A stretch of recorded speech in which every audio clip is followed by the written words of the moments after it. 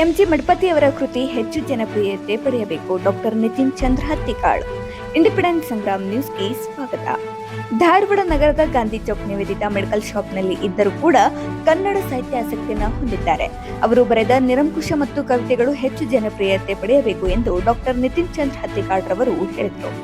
ಅವರು ಜಿಲ್ಲಾ ಕನ್ನಡ ಸಾಹಿತ್ಯ ಪರಿಷತ್ತು ಹಾಗೂ ಧಾರವಾಡ ಜಿಲ್ಲಾ ಕೆಮಿಸ್ಟ್ ಮತ್ತು ಡ್ರಗ್ಗಿಸ್ಟ್ ಸಂಘದ ಸಂಯೋಗದಲ್ಲಿ ಆಯೋಜಿಸಿದ್ದ ಎಂಜಿ ಮಠಪತಿ ಅವರ ನಿರಂಕುಶ ಮತ್ತು ಇತರರ ಕವಿತೆಗಳ ಕೃತಿ ಬಿಡುಗಡೆಗೊಳಿಸಿ ಮಾತನಾಡಿದರು. ಅನೇಕರಿಗೆ ಸನ್ಮಾನಿಸಿ ಗೌರವಿಸಲಾಯಿತು. ಈ ಸಂದರ್ಭದಲ್ಲಿ ಮಾಜಿ ಜಿಲ್ಲಾ ಪಂಚಾಯತ್ ಅಧ್ಯಕ್ಷರಾದ VS Patil, doctor Sharan Kumar Madedar, doctor Shivaprasad, IG Chougla, MG Mathapati, MG Elegar ಸೇರಿದಂತೆ ಅನೇಕರು ಉಪಸ್ಥಿತರಿದ್ದರು. ಸಂಗನಗೌಡ ರಾಮನಗೌಡರ್ ಸಭೆಯ ಅಧ್ಯಕ್ಷತೆ ವಹಿಸಿದ್ದರು. ಡಾಕ್ಟರ್ ಆರ್ಜಿ ಮಠಪತಿ ಸ್ವಾಗತಿಸಿ ಪ್ರಾಸ್ತಾವಿಕವಾಗಿ ಮಾತನಾಡಿದರು. ಕಸಾಪ ತಾಲೂಕು ಅಧ್ಯಕ್ಷರಾದ ಮಾಂತೇಶ್ ನರಗಲ್ ರವರು ಕಾರ್ಯಕ್ರಮವನ್ನ ನಿರೂಪಿಸಿದರು. ಶಿವಾನಂದ್ ಕವಳಿ ವಂದಾರ್ಪಣೆ ಮಾಡಿದರು.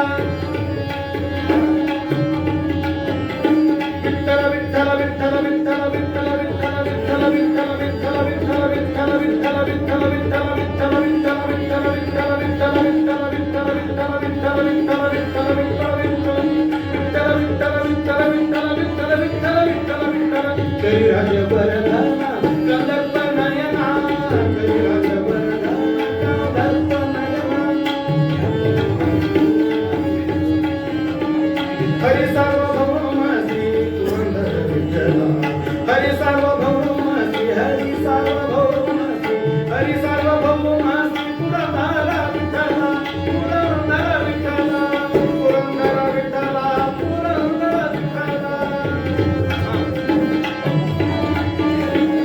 हरि सार्वभौम श्री पुरंदर विठ्ठल हरि सार्वभौम श्री पुरंदर विठ्ठल दय माडो रंग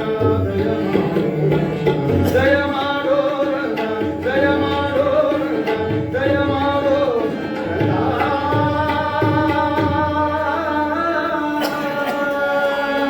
ಅದ್ಭುತವಾದ ಗೀತೆಯನ್ನ ಬಾನೆತ್ತರ ಕಾರುತ್ತಿವೆ ಹಕ್ಕಿ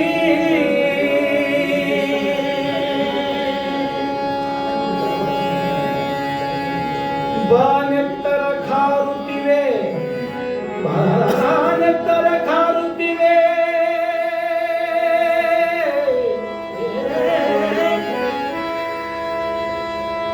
ಬಾನೆತ್ತರ ಕಾರುತ್ತಿವೆ ಹಕ್ಕಿ ಭವ ಬಂಧನದೊಳಗೆ ನೀ ಸಿಕ್ಕಿ ಭವ ಬಂಧನದೊಳಗೆ ಭವ ಬಂಧನದೊಳಗೆ ನೀ ಸಿಕ್ಕಿ ಭವ ಬಂಧನದೊಳಗೆ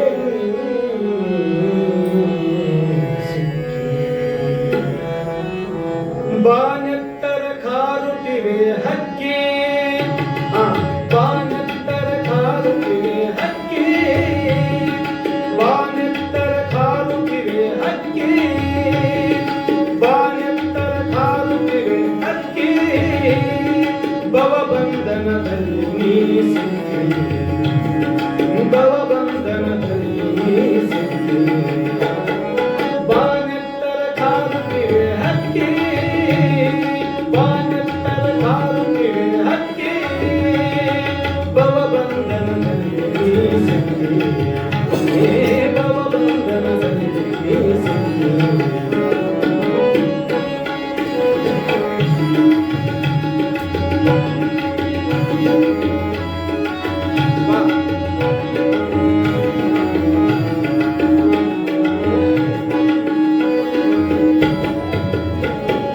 ಕಡಲ ನೀರಿದೆಯೋ ನೀರಲು ಕುಶ ನಿನಗೇಕೆ ಇಷ್ಟೊಂದು ಕುಶ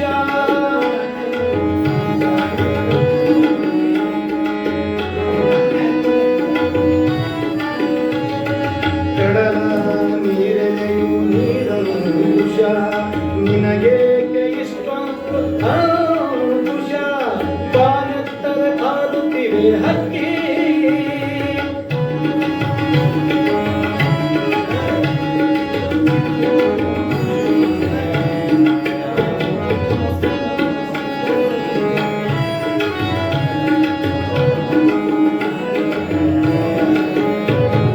ಕರಿಮೋಡ ಕರಗಿ ನೀರೆರೆಯುವುದು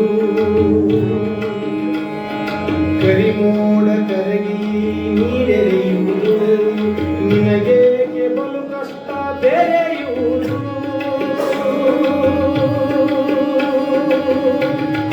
ಕರಿಮೋಡ ಕರಗಿ ನೀರೆರೆಯುವುದು ನಿನಗೇಕೆ ಬಲು ಕಷ್ಟ ಬೆರೆಯುವುದು ಬಾನೆತ್ತರ ಕಾರುತ್ತಿವೆ ಬಾನೆತ್ತರ ಕಾರುತ್ತಿವೆ ಬಾನೆತ್ತರ ಕಾರುತ್ತಿವೆ ಹಕ್ಕಿ ಭವ ಬಂಧನದಲ್ಲಿ ಸಿಕ್ಕಿ ಭವ ಬಂಧನದಲ್ಲಿ ಸಿಕ್ಕಿ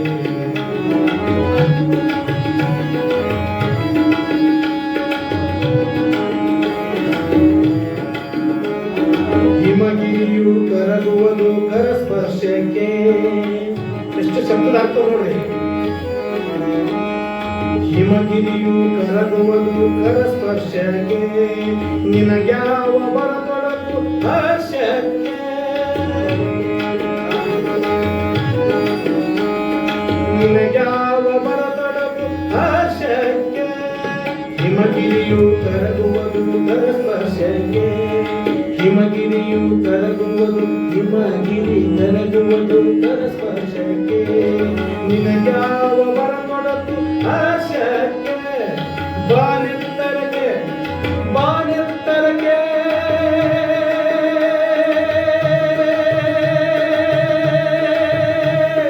ಹಾರುತ್ತಿವೆ ಹಕ್ಕಿ ಹಾರುತ್ತಿವೆ ಹಾರುತ್ತಿವೆ ಹಕ್ಕಿ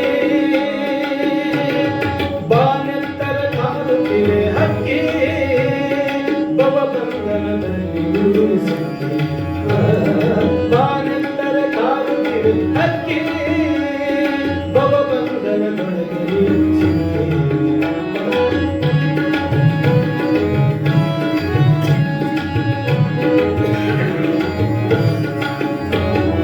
ಮರುಭೂಮಿಯಲ್ಲಿ ಬೆಳೆಯುವುದು ಖಜೂರ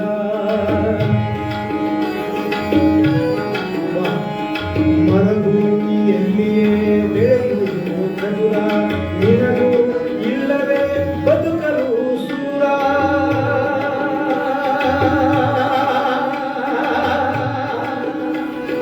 ಮರುಭೂಮಿಯಲ್ಲಿಯೇ ಬೆಳೆಯುವುದು ಖಜೂರ ನಿನಗೂ ಇಲ್ಲವೇ ಬದುಕಲು ಸೂರ ಬಾನೆತ್ತರ ಕಾರುತ್ತಿವೆ ಹಕ್ಕಿ ಭವಬಂಧನದಲ್ಲಿ ಸಿಕ್ಕಿ ಭವಬಂಧನದಲ್ಲಿ ಸಿಕ್ಕಿ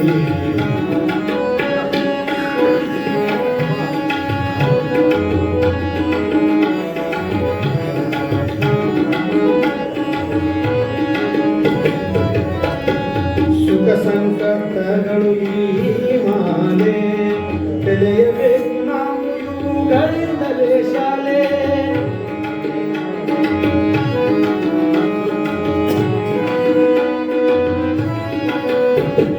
ಸುಖ ಸಂಕಟಗಳು ಈ ಮಾಲೆ ಕಲಿಯಬೇಕು ನಾವು ಇವುಗಳಿಂದಲೇ ಶಾಲೆ ಕಲಿಯಬೇಕು ಇವುಗಳಿಂದಲೇ ನಾವು ಶಾಲೆ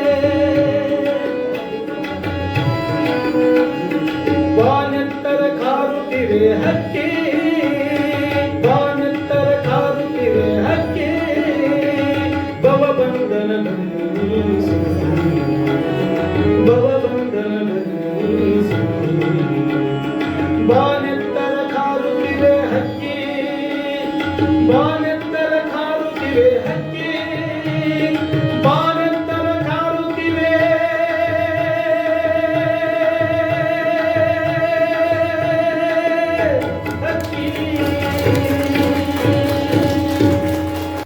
ಇದ್ರದ ಒಂದು ಸಣ್ಣ ಜರ್ನಿ ಇದೆ. We brothers have a journey of our own from Chadchan ಅಂದರೆ ಇಲ್ಲಿಂದ ಒಂದು 300-350 ಕಿಲೋಮೀಟ್ರು. ನನ್ನ ಮನೆಯಲ್ಲಿ ಹಿಂದಿನ ಬಾಜು ಟಾವರ್ ಮಹಾರಾಷ್ಟ್ರ ಬರ್ತದೆ, ಮುಂದಿನ ಬಾಜು ಕರ್ನಾಟಕದ ಬರ್ತದೆ. ಬಾರ್ಡರ್ ಮೇಲೆ ನಮ್ಮದೊಂದು ಮನೆ ಇದೆ ಜೋಳಿಗೆ ಅಂತೇಳಿ. ಅಂಥ ನೆಲದಲ್ಲಿ 40 ವರ್ಷ ನನ್ನ ತಂದೆ ಅಲ್ಲಿ ಹಿಂದ್ಗಡೆ ಕೂತಿದ್ದಾರೆ. ನಾವಿಬ್ಬರು ಗಂಡಸ ಮಕ್ಕಳು, ಒಬ್ಬಳು ತಂಗಿ. ನಮ್ಮನ್ನೆಲ್ಲ ಬಹಳ ಪ್ರೀತಿಯಿಂದ ಬೆಳೆಸಿದರು. ಭೀಮಾ ನದಿಯ ನೀರನ್ನು ಕುಡಿದು ಕವಿತೆ ಬರಿತಾ ಬಂದಿರತಕ್ಕಂಥ ಒಂದು ಪರಂಪರೆ. 2 ಪರಂಪರೆಗಳು, ಒಂದು ಹಂತಕರದು, ಒಂದು ಚಿಂತಕರದು. ಭೀಮಾ ನದಿಯಾಗಿದೆ, ನೆಲವಾಗಿದೆ, ಭಾಷೆಯಾಗಿದೆ. ಅದೇ ನೀರು ಕುಡಿದ 2 ಮನಸ್ಥಿತಿಗಳಷ್ಟೇ. ಆದರೆ we are proud of our land. ನಮಗೆ ನಮ್ಮ ಭೂಮಿಯ ಬಗ್ಗೆ ಅಭಿಮಾನ ಇದೆ. ಯಾಕಂದರೆ ಸಿಂಪಿ ಲಿಂಗಣ್ಣ, ಮಧುರ ಚೆನ್ನ, ಸಿದ್ದೇಶ್ವರ ಸ್ವಾಮೀಜಿಯನ್ನು ಕೊಟ್ಟಂಥ ಊರು ನಮ್ಮದು ಚಡಚನ್. ಸಿದ್ದೇಶ್ವರ ಸ್ವಾಮೀಜಿಯವರ ಎಲ್ಲ ಪ್ರಾಥಮಿಕ ಶಿಕ್ಷಣ, ಹೈಸ್ಕೂಲ್ವರೆಗಿನ ಶಿಕ್ಷಣ ನಮ್ಮೂರಲ್ಲಾಯಿತು, ಚಡಚನದಲ್ಲಾಯಿತು. ಯಾರು ಅವರಿಗೆ ಪಾಠ ಮಾಡಿದರೋ ಅವರು ಇವರಿಗೂ ಗುರುಗಳಾಗಿದ್ದರು. ಯಾವ ಶಾಲೆ ಅವರಿಗೆ ಶಾಲೆ ಆಗಿತ್ತೋ ಅದು ನಮಗೂ ಶಾಲೆ ಆಗಿತ್ತು. ಆ ಒಂದು ಹಿನ್ನೆಲೆಯಿಂದ ಬಂದು ಧಾರವಾಡದಲ್ಲಿ ಒಂದು ಬದುಕನ್ನು ಪ್ರಾರಂಭ ಮಾಡಿದ್ದೀವಿ. ಈ ಬದುಕು ಭಾಳ ಚೆನ್ನಾಗಿತ್ತು. ಅದನ್ನು ಸ್ವೀಕರಿಸುವ ಸ್ಥಿತಿ ಮೇಲೆ ಹೋಗ್ತದೆ. ಒಂದು ಘಟನೆಯನ್ನು ಹೇಳಿ ಮುಂದಿನ ಹೆಜ್ಜೆ ಇಡ್ತೇನೆ. ಈ 15 ರೂಪಾಯಿಗೆ ಒಂದು ರೈಸ್ ಪ್ಲೇಟ್ ಸಿಗ್ತಿತ್ತು ಅವಾಗ. ಈಗಲೂ ಅದರ ರೇಟ್ ಸ್ವಲ್ಪ ಬದಲಾವಣೆ ಆಗಿರ್ಬೋದು. ಒಂದು ದಿವಸ ನಾನು ಹುಬ್ಬಳ್ಳಿಗೆ ಹೋಗಿ ನನ್ನ ಪಾಠ ಜಗದ್ಗುರು 3000 ಮಟ್ಟದ ಒಂದು ಕಾಲೇಜಿನಲ್ಲಿ ಕೆಲಸ ಮಾಡ್ತಿದ್ದೆ. ಆ ಪಾಠ ಮುಗಿಸ್ಕೊಂಡು ಬರೋವರೆಗೂ ವ್ಯಾಪಾರ ಎಷ್ಟಾಗಿತ್ತಂದರೆ 1.5 ರೂಪಾಯಿ ಒಂದು ಕಪ್ ಸೈರಪ್ ಮಾರಾಟ ಆಗಿತ್ತು. 1.5 ರೂಪಾಯಿ ಕಪ್ ಸೈರಪ್ ಮಾರಾಟ ಆಗಿದೆ. 15 ರೂಪಾಯಿ ಊಟ ಮಾಡ್ಬೋದಾ ರಾತ್ರಿ? Is the question. That was how we started. ಈಗ ನಿವೇದಿತಾ ಮೆಡಿಕಲ್ಸ್ ಶಾಪ್ ಕನ್ನಡದ ಸಾಹಿತ್ಯ ಜಗತ್ತಿನ ಎಲ್ಲ ದಿಗ್ಗಜರು ಬಂದು ಕಂಡು ಹೋಗಿರ್ತಕ್ಕಂಥ ಒಂದು ನೆಲ. ಚಂದ್ರಶೇಖರ್ ಪಾಟೀಲರು ಇವತ್ತಿಲ್ಲ, ಬಟ್ ಅಂಗಡಿಗೆ ಬರ್ತಾಯಿದ್ರು, ರಮಾಕಾಂತ್ ಜೋಶಿ ಅಂಗಡಿಗೆ ಬರ್ತಾಯಿದ್ರು, ಸಮಾಜ ಪುಸ್ತಕಾಲಯದ ಇಬ್ಬರು ಅಣ್ಣ ತಮ್ಮಂದರು ಅಂಗಡಿಗೆ ಬರ್ತಾಯಿದ್ರು. ಯಾರು ಬರ್ತಾಯಿದ್ರು ಅಂತೇಳಿ ನಾನು ಹೇಳ್ತಾ ಇದ್ದೀನಿ, ಅವ್ರು ಯಾರೂ ಇಲ್ಲ, ಉಳಿದವರಲ್ಲಿ ಬಹುತೇಕ ಸಿದ್ದನಗೌಡ ಪಾಟೀಲ್ರೊಬ್ಬರೇ ಈಗಲೂ ಅಂಗಡಿಗೆ ಬರ್ತಾರೆ. ಅದು ಅಂಗಡಿಯಾಗಿರೋದ್ರೊಂದಿಗೆ ಒಂದು ವಿದ್ವತ್ ಪರಂಪರೆಯ ಭಾಗವೂ ಆಗಿತ್ತು. ಯಾಕಂದರೆ ನಮ್ಮ ಶಾಪು ಜ್ಯುವೆಲರ್ಸ್ ಏರಿಯಾದಲ್ಲಿ ಇದೆ ಅನ್ನೋದು ಎಷ್ಟು ಸತ್ಯನೋ ಅದು ರೈಟರ್ಸ್ ಗಲ್ಲಿಯಲ್ಲಿ ಇದೆ ಅಂತಲೂ ಅನ್ನೋದು ಅಷ್ಟೇ ಸತ್ಯ. ರೈಟರ್ಸ್ ಗಲ್ಲಿ ಅನ್ನೋದು ಒಂದು ಕಾಲದ ಬೇಂದ್ರೆಯ ಮೆಟಾಫರ್, ಜ್ಯುವೆಲರ್ಸ್ ಅನ್ನೋದು ಇವತ್ತಿನ ನಮ್ಮ ಕಾಲದ ಒಂದು ಮೆಟಾಫರ್. ಅಂಥಲ್ಲಿ ಏನನ್ನ ಕಟ್ಟಿಕೊಂಡು ಹೋಗಬೇಕಾಗಿತ್ತು ಅದನ್ನೇ ಕಟ್ಕೊಂಡು ಹೋದ್ವಿ. ಒಂದು ಮಾತನ್ನು ಹೇಳ್ತಿದ್ರು ನಮಗೆ ಮಲ್ಲಿಕಾರ್ಜುನ್, ಒಂದು ಕಾಲಕ್ಕೆ ಹೇಗಾಗಬೇಕು ಅಂದರೆ ನಿವೇದಿತಾ ಮೆಡಿಕಲ್ಸ್ ಅಂದರೆ ಗಾಂಧಿ ಚೌಕ್ ಅಂದರೆ ನಿವೇದಿತಾ ಮೆಡಿಕಲ್ಸ್ ಅಂತೇಳಿ ಆಗಬೇಕು ಅಂತೇಳಿ ಹಿರಿಯರು ಆಶಿಸ್ತಾ ಇದ್ರು. We don't know how far we succeeded in achieving. ಅದನ್ನು ಅಚೀವ್ ಮಾಡೋದ್ರಲ್ಲಿ ನಾವು ಎಷ್ಟು ಸಕ್ಸಸ್ ಆಗಿದೀವೋ ಗೊತ್ತಿಲ್ಲ, ಆದರೆ ಆ ನಿಟ್ಟಿನಲ್ಲಿ ನಮ್ಮ ಪ್ರಯತ್ನ ಮಾತ್ರ ಇದೆ. ನಾನು ಬರಹ ಮಾಡಿಕೊಂಡು ಧಾರವಾಡಕ್ಕೆ ಬಂದೆ. ಮೊದಲಿಗೆ ಬೆಳಗಾವಿಯಲ್ಲಿ ಇರಬೇಕು ಅಂತ ಆಸೆ ಇತ್ತು, ಆಗಲಿಲ್ಲ. ಧಾರವಾಡಕ್ಕೆ ಇರಬೇಕಂತ ಆಸೆ ಇತ್ತು, ಅದು ಆಗಲಿಲ್ಲ. ಈಗ ಬೆಂಗಳೂರಿಗೆ ಹೋಗಿದ್ದೇನೆ. ಈ ಸಂದರ್ಭದಲ್ಲಿ ಒಂದು ಮಾತು ನೆನಪಾಗ್ತದೆ. ನಮ್ಮೂರಲ್ಲಿ ಸಿದ್ದೇಶ್ವರ ಸ್ವಾಮೀಜಿಯವರು ಪ್ರವಚನ ಮಾಡ್ತಿದ್ರು, ಮುಂಡಕೋಪನಿಷತ್ತು ಅಂತ ಉಪನಿಷತ್ ಪಾಠವನ್ನು ಪ್ರಾಡ್ತಾಯಿದ್ರು. ಅವಾಗೆಲ್ಲ ನಾವು ಚಿಕ್ಕ ಮಕ್ಕಳು ಮುಂದ್ಗಡೆ ಹೋಗಿ ಕೂತ್ಕೊಳ್ತಾ ಇದ್ವಿ. ಒಂದು ದಿವಸ ಒಬ್ಬ ಹಿರಿ ಮನುಷ್ಯ ಬಂದು ಗುರುಗಳ ಮುಂದೆ ನಿಂತ್ಕೊಂಡು ಕೇಳ್ದ, ಅಲ್ಲ ಗುರುಗಳೇ, 1 ತಿಂಗಳಾಯಿತು ಉಪನ್ಯಾಸ ನಡೆದು ಉಪನಿಷತ್ ಮೇಲೆ, ಕನ್ನಡ ಮುಂಡಕೋಪನಿಷತ್ ಮೇಲೆ, ಅದೇನು ಕರ್ಮನೋ ನನಗೆ ಒಂದು ದಿವಸ ನಿಮ್ಮ ಉಪನ್ಯಾಸ ಕೇಳೋಕ್ಕಾಗಲಿಲ್ಲ ಅಂತ ಹೇಳಂದ. ಅವರು ಬಹಳ ಚಂದ ನಕ್ಕು, ಬಹಳ ಒಳ್ಳೆಯದಲ್ಲ ಅಂದರು. ನನಗೆ ಉಪನ್ಯಾಸ ಕೇಳೋಕ್ಕಾಗಿಲ್ಲ, ನಿಮ್ಮ ಪ್ರವಚನವನ್ನು ಕೇಳೋಕ್ಕಾಗಲಿ ಅಂತ ನಾನು ದುಃಖ ಪಡ್ತೀನಿ. ನೀವು ಬಹಳ ಒಳ್ಳೆಯದಾಯ್ತಲ್ಲ, ಇದು ಹೆಂಗೆ ಅಂತ ಕೇಳಿದ್ರು. ನಿಮಗೆ ಏನು ಕಾಯಕ ಕೊಟ್ಟಾರೆ ಅಂತ ಕೇಳಿದ್ರು. ನನಗೆ ಅಡುಗೆ ಮಾಡೋ ಕಾಯಕ ಕೊಟ್ಟಿದ್ದಾರೆ, ನೀವು ಬರೋದ್ರೊಳಗೆ ಇಲ್ಲಿ ಅಡುಗೆ ಸಿದ್ಧ ಆಗಿರಬೇಕು. ಅಡುಗೆ ಮಾಡೋ ಕಾಯಕದಲ್ಲಿ ನಾನು ನಿಮ್ಮ ಪ್ರವಚನವನ್ನೇ ಕೇಳಲಿಲ್ಲ. ಹೀಗಾಗಿ ನನ್ನ ಬದುಕಿನಲ್ಲಿ ಅದೊಂದು ದುಃಖ ಇದೆ, ನಿಮ್ಮ ಪ್ರವಚನ ಕೇಳಲಿಲ್ಲ. ಆವಾಗ ಅವರು ಬಹಳ ಚಂದದ ಮಾತನ್ನು ಹೇಳಿದರು, ನೀವು ಇಲ್ಲಿ ಇದನ್ನು ಸರಿಯಾಗಿ ಮಾಡ್ತಾ ಇದ್ದೀರಿ ಅಂತ ನಂದು ಅಲ್ಲಿ ಚಂದ ನಡೆದದು. Okay, because you are doing your wonderful service here, that I am successful in delivering lectures there. ಅವ್ರು ಬಹಳ ಚಂದದ ಈ ಮಾತು, ಅದು ನನಗೆ ಈಗಲೂ ನೆನಪಿದೆ. ಸೊ ಯಾರೋ ಎಲ್ಲೋ ಒಂದು ಗಟ್ಟಿ ನೆಲೆಯನ್ನು ಹಿಡಿದು ಕುಳಿತುಕೊಂಡಾಗ ಒಬ್ಬ ವ್ಯಕ್ತಿ ಇನ್ನೊಂದು ರೀತಿಯಿಂದ ಬೆಳೀಲಿಕ್ಕೆ ಸಾಧ್ಯ ಆಗ್ತದೆ, ಒಂದು ಕುಟುಂಬ ವಿಸ್ತಾರ ಆಗಲಿಕ್ಕೆ ಸಾಧ್ಯ ಆಗ್ತದೆ, ಒಂದು ದೇಶ ಮತ್ತು ಸಂಸ್ಕೃತಿ ವಿಸ್ತಾರ ಆಗಲಿಕ್ಕೆ ಸಾಧ್ಯ ಆಗ್ತದೆ. ನಾನಿವತ್ತು ಬೆಂಗಳೂರಿಗೆ ಹೋಗಿ ನನ್ನ ಬರಹಗಳನ್ನು, ನನ್ನ ಸಾಂಸ್ಕೃತಿಕ ಲೋಕವನ್ನು ವಿಸ್ತಾರ ಮಾಡಿಕೊಳ್ಳಲಿಕ್ಕೆ ಮೂಲ ಬುನಾದಿ ಎಲ್ಲಿಂದು ಅಂದರೆ ಇದೇ ಧಾರವಾಡದ ಗಾಂಧಿ ಚೌಕಿನ ನಿವೇದಿತಾ ಮೆಡಿಕಲ್ಸ್ನಿಂದ ಪ್ರಾರಂಭ ಆದದ್ದು. ಸೊ ಅದಕ್ಕಾಗಿ ಧಾರವಾಡದ ಜನತೆಗೆ ಒಂದು ನಮಸ್ಕಾರ ಹೇಳೋಣ, ಪ್ರೋಗ್ರಾಮ್ ಮಾಡಪ್ಪ ಅಂತ ಹೇಳಿದೆ. ಅದನ್ನು ಮಲ್ಲಿಕಾರ್ಜುನ್ ಅವರು ಮಾಡಿದ್ದಾರೆ. ಭಾಳ ದೊಡ್ಡ ಪ್ರಶ್ನೆ. ಈ ಮುಲ್ಲಾ ಸಾಬ್ಗೂ ಮತ್ತು ಏನಂತೀವಲ್ಲ ಹಳ್ಳಿಯೊಳಗೆ ನಾವು ಏನು ಸಂಬಂಧ ಅಂತ ಹೇಳ್ತೀವಿ. ಈ ಗುಳಿಗೆ ಕಟ್ ಮಾಡಿಕೊಡೋನಿಗೂ ಕವಿತೆಗೂ ಏನು ಸಂಬಂಧ, ಇದು ಪ್ರಶ್ನೆ. ಅಥವಾ ಟ್ಯಾಬ್ಲೆಟ್ ಮಾರೋದ್ರಿಂದ ದುಡ್ಡು ಬರ್ತದೆ ಚೌಗ್ಲವ್ರೆ, ಕವಿತೆ ಬರೋದ್ರಿಂದ ಏನು ಬರ್ತದೆ, ಇದು ಪ್ರಶ್ನೆ. ಇದು ಬಹಳ ದೊಡ್ಡ ಪ್ರಶ್ನೆ, ಬಹಳ ಜಾಣರಿಗೆ ಜಾಣ ಪ್ರಶ್ನೆ, ಅಷ್ಟೇ ಮೂರ್ಖ ಪ್ರಶ್ನೆಯೂ ಕೂಡ. ಯಾಕೆ ಈ ಪ್ರಪಂಚದಲ್ಲಿ ಇದುವರೆಗೆ ನಾವು ಏನೇನು ಚಟುವಟಿಕೆಗಳನ್ನ ಮಾಡ್ತಾ ಬಂದಿದ್ದೇವೋ ಅದು ನನ್ನ ಪಾಲಿಗೆ ಬಹಳ ಶ್ರೇಷ್ಠವಾದದ್ದು, ನನ್ನ ಅವಶ್ಯಕತೆಯ ಕಾರಣ ಶ್ರೇಷ್ಠ ಆಗಿರೋದು. ಜಗತ್ತಿನ ಎಲ್ಲ ಚಟುವಟಿಕೆಗಳನ್ನು ನೀವು ಒಂದೇ ಮಾನದ ಬಂದಂಡು ಹಳ್ಳಿ ಕಳೆಯೋಕ್ಕಾಗೋದಿಲ್ಲ. ಊಟ ಮಾಡಿದ್ರೆ ಏನು ಲಾಭ, ಇದಕ್ಕೆ ಭಾಳ ಚಂದ ಕಾರಂತರೊಂದು ಮಾತನಾಡಿ, ಬದುಕಿನ ಮೂಲಭೂತ ಪ್ರಶ್ನೆಗಳನ್ನು ಕೇಳಬಾರದು ಅಂತ ಹೇಳ್ತಿದ್ರು. ಮೂಲಭೂತ ಪ್ರಶ್ನೆಗಳನ್ನು, ಏನು 100 ವರ್ಷ ಬದುಕಿ ಏನು ಉಪಯೋಗ ಇದ್ರಿ ಅಂದರೆ ಏನು ಉಪಯೋಗ ಇದೆ, ಉಪಯೋಗ ಇದೆ ಅಂದರೆ ಇದೆ, ಇಲ್ಲ ಅಂದರೆ ಇಲ್ಲ. ಯಾವುದಕ್ಕೂ ಅರ್ಥ ಇಲ್ಲ. ಅರ್ಥ ತುಂಬಿದರೆ ತುಂಬುವವರು ನಾವು. ಹಾಗಾಗಿ ನನಗೆ ಬಹಳ ಮುಖ್ಯವಾದ ಪ್ರಶ್ನೆ ಏನಂದರೆ, ಕವಿತೆ ಬರೆಯೋದ್ರಿಂದ ಏನು ಲಾಭ ಆಗ್ತದೆ. ನಮ್ಮ ಗುರುಗಳಿಗೆ ಒಂದು ಪ್ರಶ್ನೆಯನ್ನು ಕರೋನಾ ಟೈಮ್ದಲ್ಲಿ ಸಿದ್ದೇಶ್ವರ ಸ್ವಾಮೀಜಿಯವ್ರಿಗೂ ಈ ಪ್ರಶ್ನೆ ಕೇಳಿದರು. ಎಲ್ಲಿ ಮಹಾರಾಷ್ಟ್ರ ಮತ್ತು ಕರ್ನಾಟಕದ ಬಾರ್ಡ್ರ್ನಲ್ಲಿ ಚಡ್ಚಣದಿಂದ 12 ಕಿಲೋಮೀಟರ್ ಅಂತರದಲ್ಲಿ ಒಂದು ಆಶ್ರಮದಲ್ಲಿ ಇದ್ದರು ಅವರು.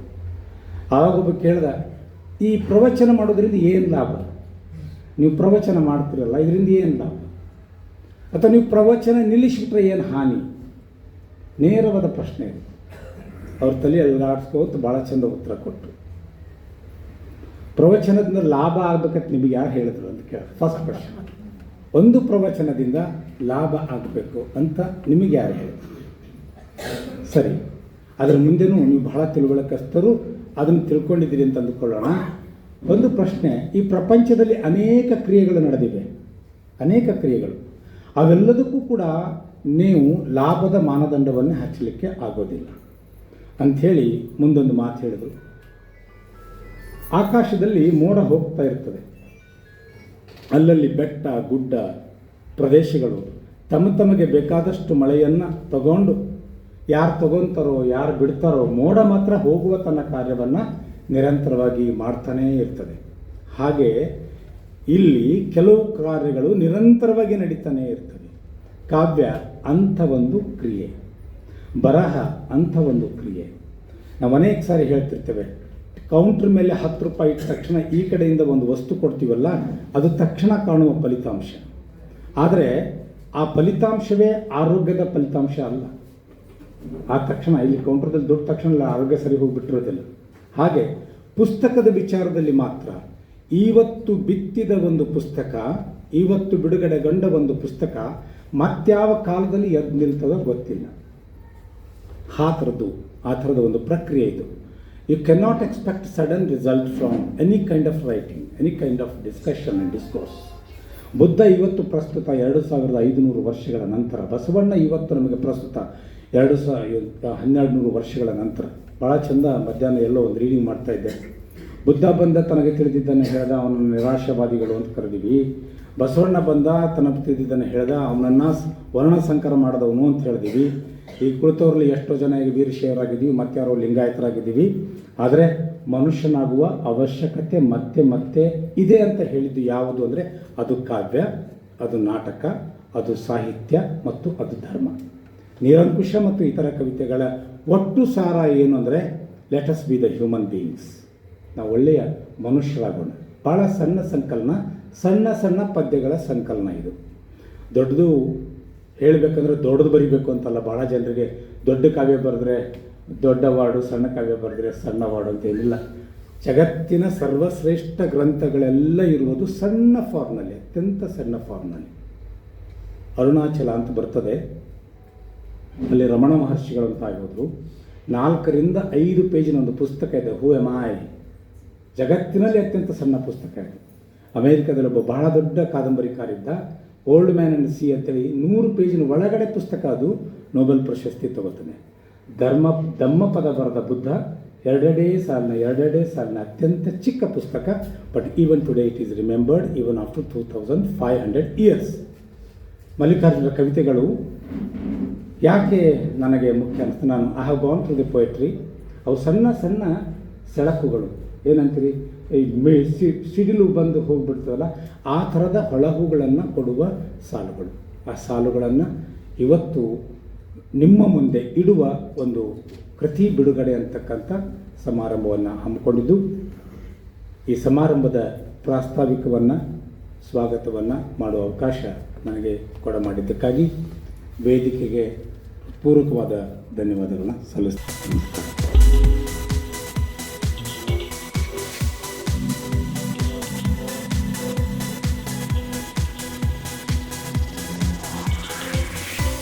ನಾವು ಸುಮಾರು 26 ವರ್ಷದ ಹಿಂದಿನ ಮಾತಿಂದ ಒಂದು ಸಂದರ್ಭ ನಮಗೆ ಹೇಳಬೇಕು ಅಂಥೇಳಿ ಬಯಸ್ತೀನಿ. ಮೊದಲಿಗೆ ನಾನು ದವಾಖಾನೆಯನ್ನು ಪ್ರಾರಂಭ ಮಾಡಿ 45 ವರ್ಷ ಆಯ್ತು. ಗಾಂಧಿ ಚೌಕ್ನಲ್ಲಿ 26 ವರ್ಷದ ಹಿಂದೆ ಏನಾತಪ್ಪ ಅಂತಂದ್ರೆ, ಮಠಪತಿಯವರು MG ಮಠಪತಿಯವರು ಇವತ್ತೇನು ಈ ಪುಸ್ತಕ ಬಿಡುಗಡೆ ಆಯಿತು, ಕವನ ಸಂಕಲನ ಬಿಡುಗಡೆ ಆಯಿತು, ಅದರ ಕೇಂದ್ರ ಬಿಂದು MG ಮಠಪತಿಯವರು, ಮಲ್ಲಿಕಾರ್ಜುನ ಮಠಪತಿಯವರು 26 ವರ್ಷದಿಂದ ನನಗೊಮ್ಮೆ ಭೇಟಿ ಆದರು. ಬಹುಶಃ ದವಾಖಾನೆಯಲ್ಲಿ ಇರಬಹುದು. ನನ್ನ ಹೆಸರು ಮಠಪತಿ ರೀ ಅಂತಂದ್ರು ಅವರು. ಹೌದ್ರಿ, ನೀವೇನು ಔಷಧ ಅಂಗಡಿ ತೆಗಿಯೋರ ಅಂತ ಕೇಳಿದೆ. ಹೌದ್ರಿ, ನಾವಿಲ್ಲಿ ಗಾಂಧಿ ಚೌಕ್ ಇಲ್ಲೇನೆ ನಿವೇದಿತಾ ಮೆಡಿಕಲ್ ಅಂಥೇಳಿ ಒಂದು ಪ್ರಾರಂಭ ಮಾಡ್ತಾ ಇದ್ದೀವಿ ಅಂತ ಹೇಳಿದರು. ಮಠಪತಿಯವರು ನಾ ಕೇಳಿದೆ, ನಿಮ್ಮ ಈ ಮಠಪತಿ ಪತಿ ಅಂತೈತಲ್ಲ, ಯಾವ ಪತಿ? ಅಲೋಪತಿನೋ ಹೋಮಿಯೋಪತಿನೋ ಅಂತ ಕೇಳಿದೆ ಅವ್ರಿಗೆ. ಅವ್ರು ಹೇಳಿದರು, ಇಲ್ರಿ ಅಲೋಪತಿ ಶಾಪ್, ನಮ್ಮ ಮೆಡಿಕಲ್ ಶಾಪ್ ಅಂತ ಹೇಳಿದರು. ಯಾಕೆ ನಾನು ಅದನ್ನು ಕೇಳಿದೆ ಅಂತಂದರೆ, ಇತ್ತೀಚೆಗೆ ಅನೇಕ ಮೆಡಿಕಲ್ ಸ್ಟೋರ್ಗಳದಾವ, ನೀವೆಲ್ಲ ಕೇಳಿರಿ. ಜನರಿಕ್ ಅಂತ ಅದಾವ, ಆಯುರ್ವೇದಿಕ್ ಅದಾವ, ಹೋಮಿಯೋಪತಿನೂ ಬೇರೆ ಅದಾವ ಅಂತ ನಾ ಕೇಳಿದ್ದೆ ಅವ್ರಿಗೆ. ಅದಕ್ಕೆ ಅವರು ಆ ರೀತಿ ನಮ್ದು ಅಲೋಪತಿಕ್ ಶಾಪ್ ರೀ ಅಂತ ಹೇಳಿದರು.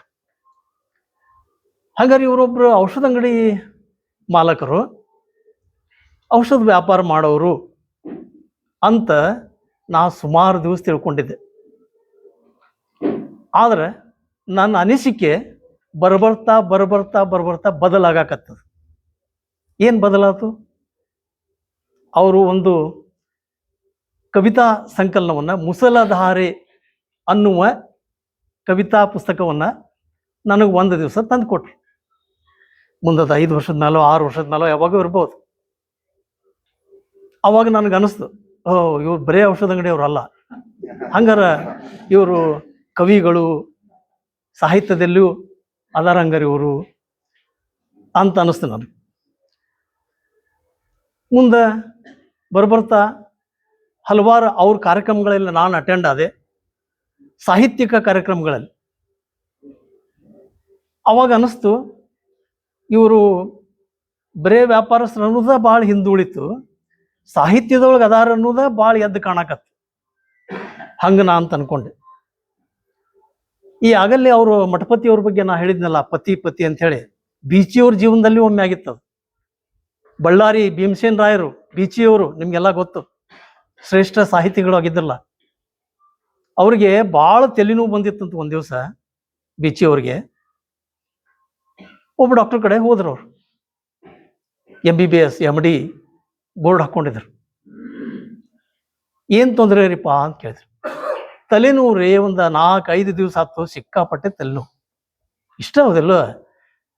ನಾ MD ಕಲ್ತೀನಿ, ಎಂತಿಂತ ಇವನು ಕಡಿಮೆ ಮಾಡ್ಯಾನಾರ, ಬರೀ ಹೆಡ್ಡೇಕ್ ಅದೆಂತ ದೊಡ್ಡದು ಅಂಥೇಳಿ ಗುಳಿಗೆ ಕೊಟ್ರು. ಅವ್ರು ಬರೆದು ಕೊಟ್ರು. 1 ದಿವಸ ತೊಗೊಂಡ್ರು, 2 ದಿವಸ ತೊಗೊಂಡ್ರು, 3ನೇ ದಿವಸ ಕಡಿಮೆ ಅನಿಸ್ಲಿಲ್ಲ. ವೇಟ್ ಮಾಡಿದ್ರು, 4ನೇ ದಿವಸ ಕಡಿಮೆ ಆಗಲಿಲ್ಲ ಅವ್ರಿಗೆ ಹೆಡ್ಡೇಕ್. ಹಂಗಾರ ಈ ಅಲೋಪತಿ ವೈದ್ಯರು ಏನದಾರಲ್ಲ, MBBS MD ಮಾಡಿದವ್ರು, ಅಷ್ಟೇನು ಇಫೆಕ್ಟ್ ಆಗಾಕಿಲ್ಲ ಇದೆ. ಹಂಗಾರ ಮತ್ತು ಹೋಮಿಯೋಪತಿ ಅಂತ ಹೇಳಿ ಭಾಳ ಹೇಳ್ತಾರಲ್ಲ, ಅದನ್ನು ಅವ್ರ ಕಡೆ ಹೋಗೋನು ಅಂತ ಹೋದ್ರು. ಅವ್ರು ಹೋಮಿಯೋಪತಿ ಅವ್ರು ಹೇಳಿದರು, ನಮ್ಮ ಸಿಸ್ಟಮ್ ಬೆಸ್ಟ್ ರೀ, ನೋಡ್ರಿ ನೀವು ಈ ಗುಳಿಗೆ ಚಲೋ ಮಾಡ್ರಿ, 4-5 ದಿವಸ ನಿಮ್ಮ ತಲೆನೋವು ಇದ್ರೆ ಹೇಳ್ರಿ ಅಂತಂದ್ರೆ. ಅವ್ರು ಆಯ್ತಪ್ಪ ಅಂದರೆ ಭಾಳ ಖುಷಿಯಿಂದ ಗುಳಿಗೆ ತೊಗೊಳಕತ್ತಿದ್ರು. ಅವರು ಅವ್ರದ್ದು 3 ದಿವಸ ಹೋತ್, 4 ದಿವಸ ಹೋತ್, 5 ದಿವಸ ಹೋತ್, ಏನು ಕಡಿಮೆ ಆಗಲಿಲ್ಲ. ಅವ್ರು ಭಾಳ ನಿರಾಶೆ ಆಯ್ತು ಅವ್ರಿಗೆ. ಮತ್ತು ಇನ್ನೇನು ಮಾಡ್ಬೇಕಂಗಾರ ಅವ್ರು? ಅಲೋಪತಿ ಆಯ್ತು, ಹೋಮಿಯೋಪತಿ ಆಯ್ತು. ಇನ್ನೊಬ್ರು ಯಾರೋ ಕಿವ್ಯಾಗ ಹಾಕಿದ್ರು ಅವ್ರಿಗೆ, ಆ ನ್ಯಾಚುರೋಪತಿ ಅಂತ ಒಂದೈತಿ ನೋಡ್ರಿ, ಅದು ಪತಿನ. ಅಲ್ಲಿ ಹೋಗ್ರಿ ನೀವು, ಆ ಮೈಗೆಲ್ಲ ಏನೇನೋ ಮಣ್ಣು ಮೆತ್ತಾರ, ಇದ್ರಾಗ ಮಾಡ್ತಾರ, ನಿಮ್ಮ ತೆಲ್ಲು ಹೋಗತ್ತೈತಿ ಅಂತ ಹೇಳಿದ್ರು. ಅಲ್ಲಿ ಹೋಗಿ ಬಂದ್ರು. ಏನಾಗ್ಲಿಲ್ಲ, ಕೆಲಸ ಆಗ್ಲಿಲ್ಲ. ಈ 3 ಪತಿ ಆದ್ಮೇಲೂ ಬೀಚಿಯವ್ರು ಏನು ಮಾಡಿದ್ರಂತ, ತಿರುಪತಿಗೆ ಹೋದ್ರಂತ. ಅವ್ರು ಆ ಪತಿ ಕೆಲಸ ಕೊಡ್ತು ತಿರುಪತಿ. ಯಾಕೆ? Most of the diseases what we encounter are psychosomatic. ಗೊತ್ತು ನಿಮ್ಗೆಲ್ಲ ಗೊತ್ತಿದೆಯಲ್ಲ. more than 50% are psychosomatic. Psycho ಅಂದ್ರೆ ಮನಸ್ಸು, ಮನಸ್ಸಿನಿಂದ ದೇಹಕ್ಕೆ ಬಂದಿರುವಂಥವು ಸೈಕೋಸೊಮ್ಯಾಟಿಕ್. ಅದಕ್ಕೆ ಅವರು ತಿರುಪತಿಗೆ ಹೋಗಿ ಏನು ಬೇಡ್ಕೊಂಡ್ರಲ್ಲ, ದೇವ್ರೇ ನನಗೆ ತಲೆನೋವು ಕಡಿಮೆ ಮಾಡಪ್ಪ ಅಂತ ಅಷ್ಟೇ ಬೇಡ್ಕೊಳ್ಳೋದು ಅಲ್ಲದೆ ಇನ್ನೂ ಏನೇನು ಸಾಧಿಸ್ಬೇಕಾಗೈತಿ ಅನ್ನುವಂಥದ್ದನ್ನು ಅಲ್ಲಿ ಹೇಳಿದರು. ಅಷ್ಟೆಲ್ಲ ಹೇಳಿದಾಗ ಊರಿಗೆ ಬಂದರು, ತಲೆನೋವು ಕಡಿಮೆ ಆಗಿತ್ತು. ನಾ ಇದನ್ನು ಹೇಳುವ ತಾಧ್ಯಾತ್ಮ ಏನಪ್ಪ ಅಂತಂದ್ರೆ, ನಮ್ಮ ಮನಸ್ಸು ನಮ್ಗೆ ಭಾಳ ದೊಡ್ಡದು. ದೇವ್ರು ನಮ್ಗೆ ಏನು ಕೊಟ್ಟಾನ? ಭಾಳ ಜನ ಅಂತಿರ್ತಾರೆ, ಏನ್ರಿ ದೇವ್ರು ಅವಾಗ ಇದ್ರ ಕಾರ್ ಕೊಡ್ಸ್ಯಾರ, ಅವರು BMW ಕಾರ್ ಹತ್ತಾರ, ಇನ್ನೊಬ್ರು ಏನು 3 ಅಲ್ಲ 4 ಅಂತಸ್ತಿನ ಬಂಗ್ಲೆ ಕಟ್ಟ್ಯಾರ ಅಂತಾರ. ಅಂದ್ರೆ ದೇವ್ರು ಏನು ಕೊಟ್ಟಾನ ಅನ್ನೋದಕ್ಕೆ ನಾವು ಇವನ್ನಷ್ಟೇ ಕಂಪೇರ್ ಮಾಡಿ ನೋಡಾಕತ್ತೀವಿ. ಆದ್ರೆ ನಿಜವಾಗ್ಲೂ ವಿಚಾರ ಮಾಡಿ ನೋಡ್ರಿ, 2 ಬಹಳ ಮಹತ್ವದ ವಸ್ತುಗಳನ್ನು ನಮ್ಗೆ ಕೊಟ್ಟಾನ ದೇವರು. ಒಂದು ಈ ದೇಹ, ಶರೀರ. ಈ ಶರೀರವನ್ನ ತಂದೆ ತಾಯಿ ನಿಮಿತ್ತ ಮಾತ್ರ ಆದ್ರೆ ಕೊಟ್ಟವ ದೇವರೇ. ಯಾಕಂದ್ರೆ ನಾವು ಯಾವ ರೂಪದಲ್ಲಿ ಕೈ ಕಾಲು ಸುದ್ದಿದ್ದವ್ರು ಹುಟ್ಟುತ್ತೇವು, ಕುರುಡು ಹುಟ್ಟುತ್ತೇವು, ಕಿವುಡು ಹುಟ್ಟುತ್ತೇವು, ನಮಗೆ ಗೊತ್ತಿಲ್ಲ. ಅವನು ಮಾಡಿದ್ದು ಅಂತಹ ಒಂದು ದೇಹವನ್ನ ಕೊಟ್ಟಾನ ದೇವರು. ಏನು ಕೊಟ್ಟಾನ ಅನ್ನೋದಕ್ಕೆ ಹೇಳಾಕತ್ತೀನಿ. ಇನ್ನೊಂದು ಮನಸ್ಸು ಅನ್ನುವಂಥದ್ದನ್ನು ಕೊಟ್ಟಾನ. ಇವೆರಡೂ ಅಂಗಗಳು ಮನುಷ್ಯನ ಬೆಳವಣಿಗೆಯಲ್ಲಿ ಅತ್ಯಂತ ಮಹತ್ವದ ಪಾತ್ರ ವಹಿಸ್ತವೆ. ಬೀಚಿಯವರಿಗಾಗಿದ್ದಿದೆ. ಅವರ ಮನಸ್ಸು ಪರಿವರ್ತನೆ ಆಯ್ತು, ಅವ್ರ ಮನಸ್ಸು ಸಮಾಧಾನ ಆಯ್ತು, ಅದಕ್ಕೆ ಅವ್ರ ತಲೆನೋವು ಹೋಯ್ತು, ಅವ್ರ ಹೆಡ್ಡೇಕ್ ಹೋಯ್ತು. ಇದೆಲ್ಲವನ್ನು ನಾವು ನಿಜವಾಗಿಯೂ ನಾವು ತಿಳ್ಕೋಬೇಕು. ಇವತ್ತು 4-5 ದಿವಸದ ಹಿಂದೆ ಮಲ್ಲಿಕಾರ್ಜುನ್ ಮಠಪತಿಯವರು ಬಂದು ನನಗೆ ಇವತ್ತು ಬಿಡುಗಡೆ ಆಗುವಂತಹ ಪುಸ್ತಕದ ಒಂದು DTP ಕಾಪಿಯನ್ನು ನನಗೆ ಕೊಟ್ಟರು. ನಾನು ಅವತ್ತೇ ಅವ್ರ ಎದುರಿಗೇನೆ ಸುಮ್ಮನೆ ಹಿಂಗೆ ಕಣ್ಣಾಡಿಸಿದೆ. 7ನೇ ಪೊಯಮ್, ಹೌದನ್ರಿ? ಅವತ್ತಲ್ಲೇ ಹೇಳಿದೆ ನಿಮ್ಗೆ. ಗೌರಿ ನಿನಗೊಂದು ಸಲಾಂ. ಈ ಕವಿತೆಯ ಶೀರ್ಷಿಕೆ ಗೌರಿ ನಿನಗೊಂದು ಸಲಾಂ. ಅದನ್ನು ಬರೇ ಶಬ್ದ ಕೇಳಿದ ಕೂಡಲೇ ನನಗೆ ಭಾಳ ರೋಮಾಂಚನ ಆಯ್ತು. ಯಾಕಾಗಿರ್ಬಹುದು? ನಮ್ಮ ಅವ್ವನ ಹೆಸರು ಗೌರಿ, ಗೌರಮ್ಮ. ಆ ಒಂದು ಸಂಬಂಧ ಅದೇನೈತಲ್ಲ, ತಾಯಿ ಮಕ್ಕಳ ಸಂಬಂಧ ಎಷ್ಟದೊಂದು ಇದಿರ್ತದೆ ಅಂತಂದ್ರೆ, ಎಲ್ಲೋ ನೀವು ಗೌರಿ ಅಂತ ನೋಡಿದ್ರು ನಮಗೆ ಅದು ಅಷ್ಟು ಇದನ್ನು ಕೊಡ್ತು. ಓದಿದೆ, ಆ ಕವಿತೆಯನ್ನು ಓದಿದೆ. ಹೆಂಗೆ ಬರ್ದಾರ ಮಠಪತಿಯವರು ಇದನ್ನು ನೋಡೋಣ ಅಂತ ಹೇಳಿ. He has written it so wonderful. ಇದು ಒಂದಲ್ಲ, ಇನ್ನೂ 1-2 ಓದಿನಿ. ಒಂದು ಸಂಕ್ಷಿಪ್ತವಾಗಿ ಅವಕ್ಕೂ ಹೇಳ್ತೇನೆ ನಾನು. ಇದನ್ನು ಬರ್ದಾರಲ್ಲ, ಗೌರಿ ಲಂಕೇಶ್ ಅವ್ರ ಬಗ್ಗೆ ಬರ್ದಾರ. ಅವರು ಆ ಒಬ್ಬ ಹೆಣ್ಣು ಮಗಳ ಜೀವನ ಸಮಾಜದಲ್ಲಿ ಏನೇನು ಮಾಡ್ತು, ಯಾವ ಪಾಸಿಟಿವ್ ಬದಲಾವಣೆಗಳನ್ನು ತಂತು. ಹೆಣ್ಣು ಮಗಳು ಕೂಡ ಅವಳು ಅಬಲೆಯಲ್ಲ, ಸಬಲೆ. ಅವಳು ಇಂಟೆಲೆಕ್ಚುವಲ್ ಫೀಲ್ಡ್ನಲ್ಲಿ ಭಾಗವಹಿಸಬಲ್ಲಳು ಅನ್ನುವಂಥದ್ದನ್ನು ಈ ಕವಿತೆ ನಮಗೆ ಎತ್ತಿ ಹೇಳ್ತಾ ಇದೆ. ಹಾಗೆ ಇನ್ನೊಂದು ಕವಿತೆ, 3ನೇದಿದು, 4 ಲೈನ್ ಅದಾವು. 4 ಲೈನ್ ಅದಾವು. ಆ ದಿನಕರ್ ದೇಸಾಯಿ ಅವರು ಬರಿತಿದ್ರಲ್ಲ ಹಂಗೆ 4 ಲೈನ್, ಚುಟುಕು ಆ ಟೈಪ್. ಪೂರ್ವ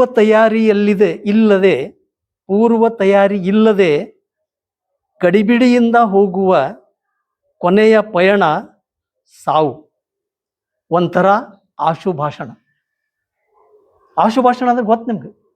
ಈಗ ಕುಂತವ್ರಿಗೆ ಹಂಗೆ ಬಂದು ಇದ್ರ ಬಗ್ಗೆ ಮಾತಾಡ್ಬಾ ಅಂತ ಕರೆದಂಗೆ ಆಶುಭಾಷಣ.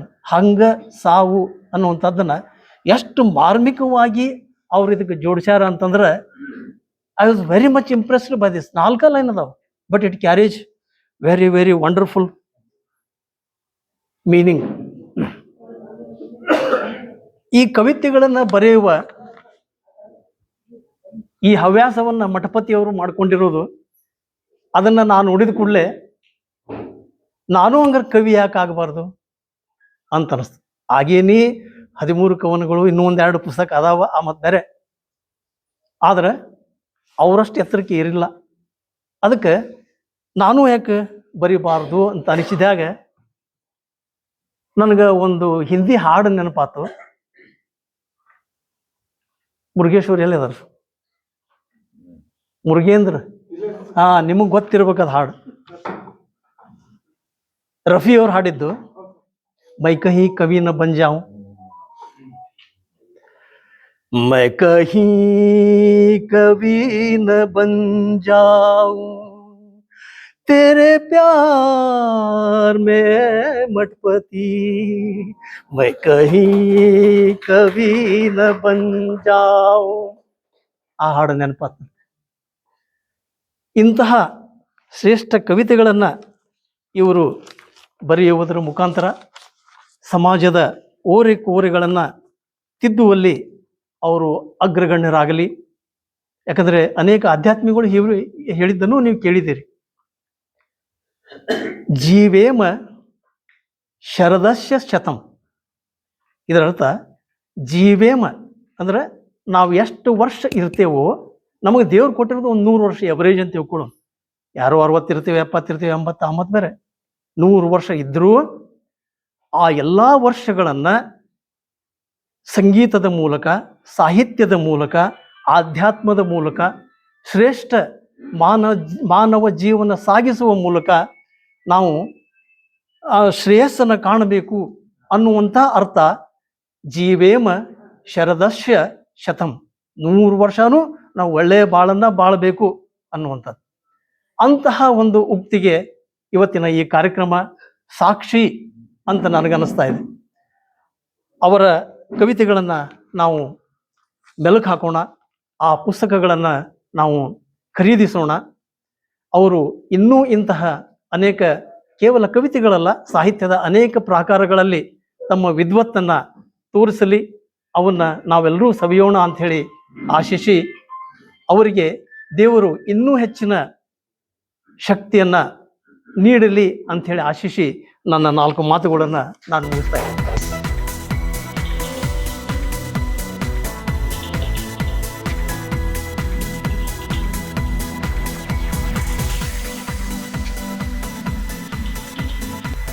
ಅವರು ಬರೆದಿರುವಂಥ ಈ ಪುಸ್ತಕ ಮತ್ತು ಅವರ ಬರವಣಿಗೆಯ ಉದ್ದಕ್ಕೂ ನಾನು ಅವರ ಸಂಗಾತಿಯಾಗಿದ್ದೀನಿ ಅನ್ನೋದು ನನಗೆ ಭಾಳ ಹೆಮ್ಮೆಯ ವಿಷಯ. ನಾನು ಹಲವು ವೃತ್ತಿಗಳಲ್ಲಿ ತೊಡಗಿಕೊಂಡಿರುವಂಥವನು. ಅತ್ಯಂತ ಹೆಚ್ಚು ಸಮಯ ಕಳೆದಿರೋದು ನಾನು ಪತ್ರಕರ್ತನಾಗಿ. ಆ ಪತ್ರಕರ್ತರ ಮೊದಲ ಕರ್ತವ್ಯ ಮತ್ತು ಮೊದಲ ಕ್ವಾಲಿಫಿಕೇಶನ್ ಏನು ಅಂದರೆ, ಯಾವುದೇ ವಿಷಯ ಇರಲಿ ಅದರೊಳಗೆ ಕಾಗುಣಿತ ಇರದಂತೆ ನೋಡ್ಕೊಳ್ಳೋದು, ಮಿಸ್ಟೇಕ್ಸ್ ಇರದಂತೆ ನೋಡ್ಕೊಳ್ಳೋದು. ಹಾಗೆ ಮಲ್ಲಣ್ಣ ಬರೆದದ್ದನ್ನೆಲ್ಲ ನನಗೆ ಕೊಡೋರು, ನೋಡ್ರಿ ಇದ್ರೊಳಗೆ ಅಟಿಯನ್ರಿ ಇದ್ರೆ ಹೇಳ್ರಿ ಅಂತ. ಹಾಗೆ ನಾನು ನೋಡ್ತಾ ಬಂದಿದ್ದೀನಿ. ಹಾಗೆ ಡಾಕ್ಟರ್ಸು ತಾಯಿಯ ಗರ್ಭದೊಳಗಿರುವಂಥ ಆ ಭ್ರೂಣದಿಂದ ಹಿಡಿದು ಅದು ಶಿಶುವಾಗಿ ಬೆಳೆಯುವಂಥ ಆ ಪ್ರಕ್ರಿಯೆಯನ್ನ ರೆಗ್ಯುಲರ್ ಸ್ಕ್ಯಾನಿಂಗ್ಗಳಲ್ಲಿ ನೋಡ್ತಿರ್ತಾರೆ ಅವರು. ಪ್ರತಿ ತಾಯಿಗೆ ಕಣ್ಣಿಗೆ ಬೀಳೋ ಮೊದಲೇ ವೈದ್ಯರು ಆ ಶಿಶುವನ್ನು ಕಂಡಿರ್ತಾರೆ. ಹಾಗೆ ಇವತ್ತು ಈ ಪುಸ್ತಕ ನಿಮ್ಮ ಕಣ್ಮುಂದೆ ಬರೋಕ್ಕಿಂತ ಮುಂಚೆನೆ ಅವ್ರು ಬರೆದಿರುವಂಥ ಬಹುತೇಕ ಕವನಗಳನ್ನ, ಒಟ್ಟಾರೆ ಅವರ ಬರಹಗಳನ್ನ ನಾನು ನೋಡ್ತಾ ಬಂದಿದ್ದೀನಿ. ಅದು ನನ್ನ ಭಾಗ್ಯ. ಹಾಗೆ ಈ ಒಂದು ಕೃತಿ ನಿರಂಕುಶ ಮತ್ತು ಇತರ ಕವಿತೆಗಳು ಅನ್ನುವಂಥದ್ದು, ಇದರ ಕುರಿತಾಗಿ ನಾನು ಮಾತನಾಡೋದು, ಆಗಲೇ ಸಂಘಟಕರು ನನಗೆ ವಾರ್ನಿಂಗ್ ಕೊಟ್ಟಿದ್ದಾರೆ, ನೀವು ತುಂಬಾ ಹೊತ್ತು ಮಾತಾಡಬಾರ್ದು ಅಂತ. ಅಫ್ಕೋರ್ಸ್ ಆ ಪ್ರಜ್ಞೆ, ಆ ಸಭ್ಯತೆ ನನಗೂ ಇದೆ. ಆದರೂ ಔಪಚಾರಿಕತೆಗಾದ ಕೂಡ ನಾನು 4 ಮಾತು ಹೇಳಲೇಬೇಕಾಗ್ತದೆ. ಇರಲಿಲ್ಲ ಅಂದರೆ ನನ್ನನ್ನು ಕರೆಸಿದ್ದಕ್ಕೆ ನನಗೂ ಅವಮಾನ ಮತ್ತು ಅವ್ರಿಗೂ ಅವಮಾನ ಅಂತ ನಾನು ಭಾವಿಸ್ತೀನಿ. ಇಲ್ಲಿ ಈ ಕೃತಿ ಕುರಿತು ನಾನು ಹೇಳುವಂಥದ್ದು ಭಾಳ ಇಲ್ಲ. ಕೃತಿಗಳು ಇಲ್ಲಿ ಲಭ್ಯ ಇದ್ದಾವೆ, ತಾವೆಲ್ಲ ಅವನ್ನ ಕೊಂಡ್ಕೊಂಡು ಓದ್ತೀರಿ ಅನ್ನುವಂಥ ಅಪೇಕ್ಷೆ ಕೂಡ ಇದೆ. ಈ ಕೃತಿ ಆರಂಭ ಆಗೋದು ನಮ್ಮ ಮತ್ತೊಬ್ಬ ಸಮಾಜಮುಖಿ ಚಿಂತಕ, ಬರಹಗಾರ ಡಾಕ್ಟರ್ ಸಿದ್ದನಗೌಡ ಪಾಟೀಲ್ ಅವರ 4 ಮಾತಿನೊಂದಿಗೆ. ಆ 4 ಮಾತಿನೊಳಗೆ ಅವರು 100 ಮಾತು ಹೇಳಿದ್ದಾರೆ. ಏನೆಲ್ಲ ಮಲ್ಲಿಕಾರ್ಜುನ್ ಮಠಪತಿ ಅವರು ಈ ಕೃತಿ ಒಳಗೆ ಮಾಡೋದಕ್ಕೆ ಹೋಗಿದ್ದಾರೆ ಅನ್ನುವಂಥದ್ದು. ಆಮೇಲೆ ಕನ್ನಡ ಸಾಹಿತ್ಯ ಅಂತ ಬಂದಾಗ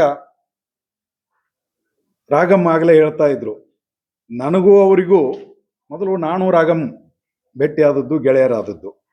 ಇನ್ಫ್ಯಾಕ್ಟ್ ಅವರು ನಿವೇದಿತಾ ಮೆಡಿಕಲ್ಸ್ನಿಂದ ತಮ್ಮ ಜರ್ನಿಯನ್ನು ಹೇಳಿದರು.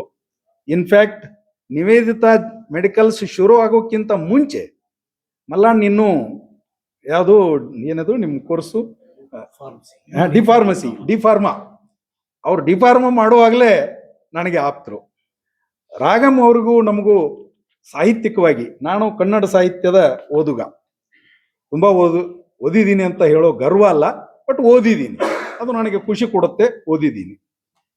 ಪಂಪ್ ರನ್ನರಿಂದ ಹಿಡಿದು ಆಧುನಿಕ ಕಾಲದ ಬಹುತೇಕ ಸಾಹಿತಿಗಳು, ಅದರಲ್ಲೂ 20ನೇ ಶತಮಾನದ ಅತ್ಯಂತ ಶ್ರೇಷ್ಠ ಸಾಹಿತಿ ಆಗಿದ್ದಂಥ ಕುವೆಂಪು ಅವರು ನನಗೆ ಬಹಳ ಆತ್ಮೀಯರು. ಅಂದ್ರೆ ನಾನು ಒಬ್ಬ ಓದುಗನಾಗಿ ಅವರು ನನಗೆ ಅತ್ಯಂತ ಪ್ರೀತಿಯ ಸಾಹಿತಿ.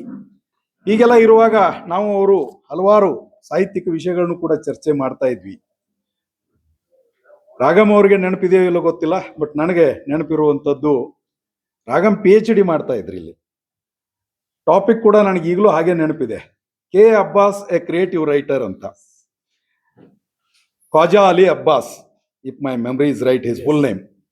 ತಮಗೆಲ್ಲ ಗೊತ್ತಿರಬಹುದು, ಒಬ್ಬ ಚಿತ್ರ ನಿರ್ಮಾಪಕ, ನಿರ್ದೇಶಕ ಮತ್ತು ದೊಡ್ಡ ಸಾಹಿತಿ. ತಾವೆಲ್ಲ ಆ ಸಿನಿಮಾನ ಬಹಳ ಎಂಜಾಯ್ ಮಾಡಿದಿರಿ, ಅಟ್ಲೀಸ್ಟ್ ಅದರ ಹಾಡುಗಳನ್ನಂತೂ ಎಲ್ಲರೂ ಎಂಜಾಯ್ ಮಾಡಿದಿರಿ. ಆ ಸಿನಿಮಾ ಯಾವುದು ಅಂದ್ರೆ ಮೇರಾ ನಾಮ್ ಜೋಕರ್. ಆ ಮೇರಾ ನಾಮ್ ಜೋಕರ್ ಸಿನಿಮಾ ಆದ ಬಂದ ಬಳಿಕ ಬಹಳ ಜಗತ್ತಿಗೆ ಗೊತ್ತಾಯ್ತು. ಆದ್ರೆ ಮೂಲತಃ ಅದು ಆ ಕೆ ಅಬ್ಬಾಸ್ ಬರೆದಂತ ಒಂದು ನಾವೆಲ್, ಅದು ಕಾದಂಬರಿ. ಆ ಇಂಗ್ಲಿಷ್ ಕೃತಿಯನ್ನ ರಾಗಂ ನನಗೆ ಜೆರಾಕ್ಸ್ ಕೊಟ್ಟಿದ್ರು.